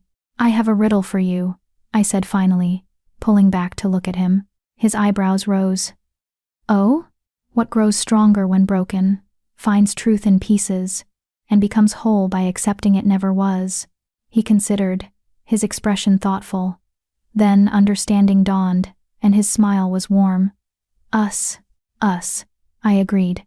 We're the answer to our own riddle. I like that. He tucked a loose strand of hair behind my ear.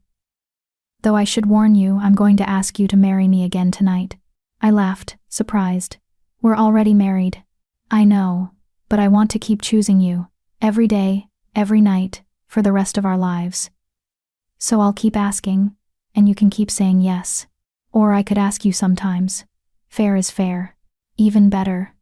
He pressed a kiss to my forehead, then my nose, then my lips tender and playful. Equal partners in everything, including proposal rights. Through the library windows, I could see the palace grounds stretching toward mountain peaks touched with early snow. Beyond them, the kingdom we ruled together, imperfect, complicated, but ours to shape. I thought of the girl I'd been 8 months ago, terrified, broken, convinced she'd never be enough. And I thought of the woman I'd become, still imperfect, still learning, but no longer afraid of being seen. Ronan? I said softly. Thank you. For what? For seeing past what I couldn't do, to what I actually was. For giving me the chance to prove myself. For loving me, even though you didn't want to. Thank you for being worth loving. He pulled me close again, and I felt his heart beat against my chest, steady, strong, alive. For teaching me that surviving and living aren't the same thing. For showing me that walls can come down without everything collapsing. We stayed like that as afternoon faded into evening, as sunlight transformed to twilight, as the library filled with shadows that felt comforting rather than ominous. Later, we'd have dinner. Later, we'd discuss kingdom business and council politics, and all the practical matters that filled our days. Later, he'd ask me to marry him again, and I'd say yes with the same joy I'd feel every time he asked. But for now, we simply existed together, two broken people who'd learned to build something whole from their collective damage. A king who'd loved and lost and dared to love again. A queen who'd been told she was worthless and chose to believe differently. And in the space between what we'd been and what we'd become, we'd found something neither of us had expected. Home. Not in the palace's stone walls or formal chambers, but in each other. In honest conversations and shared silences. In respect that had grown into friendship, and friendship that had deepened into love. The girl who couldn't shift had become queen. The king who'd sworn never to love again had found his heart could heal. And together, we'd created a story worth writing after all, one that started with brokenness and ended with belonging, that began with survival and concluded with thriving. I removed the small crown, set it carefully back in its box beside my blank parchment. Tomorrow, I'd write our story, but tonight, I'd simply live it, with the man I'd married out of necessity and loved by choice. With my partner, my king, my home. Together, we'd proven that the most powerful magic wasn't shifting or mate bonds or destiny. It was simply choosing, every day, to see each other's worth. And that was enough. It was more than enough. It was everything.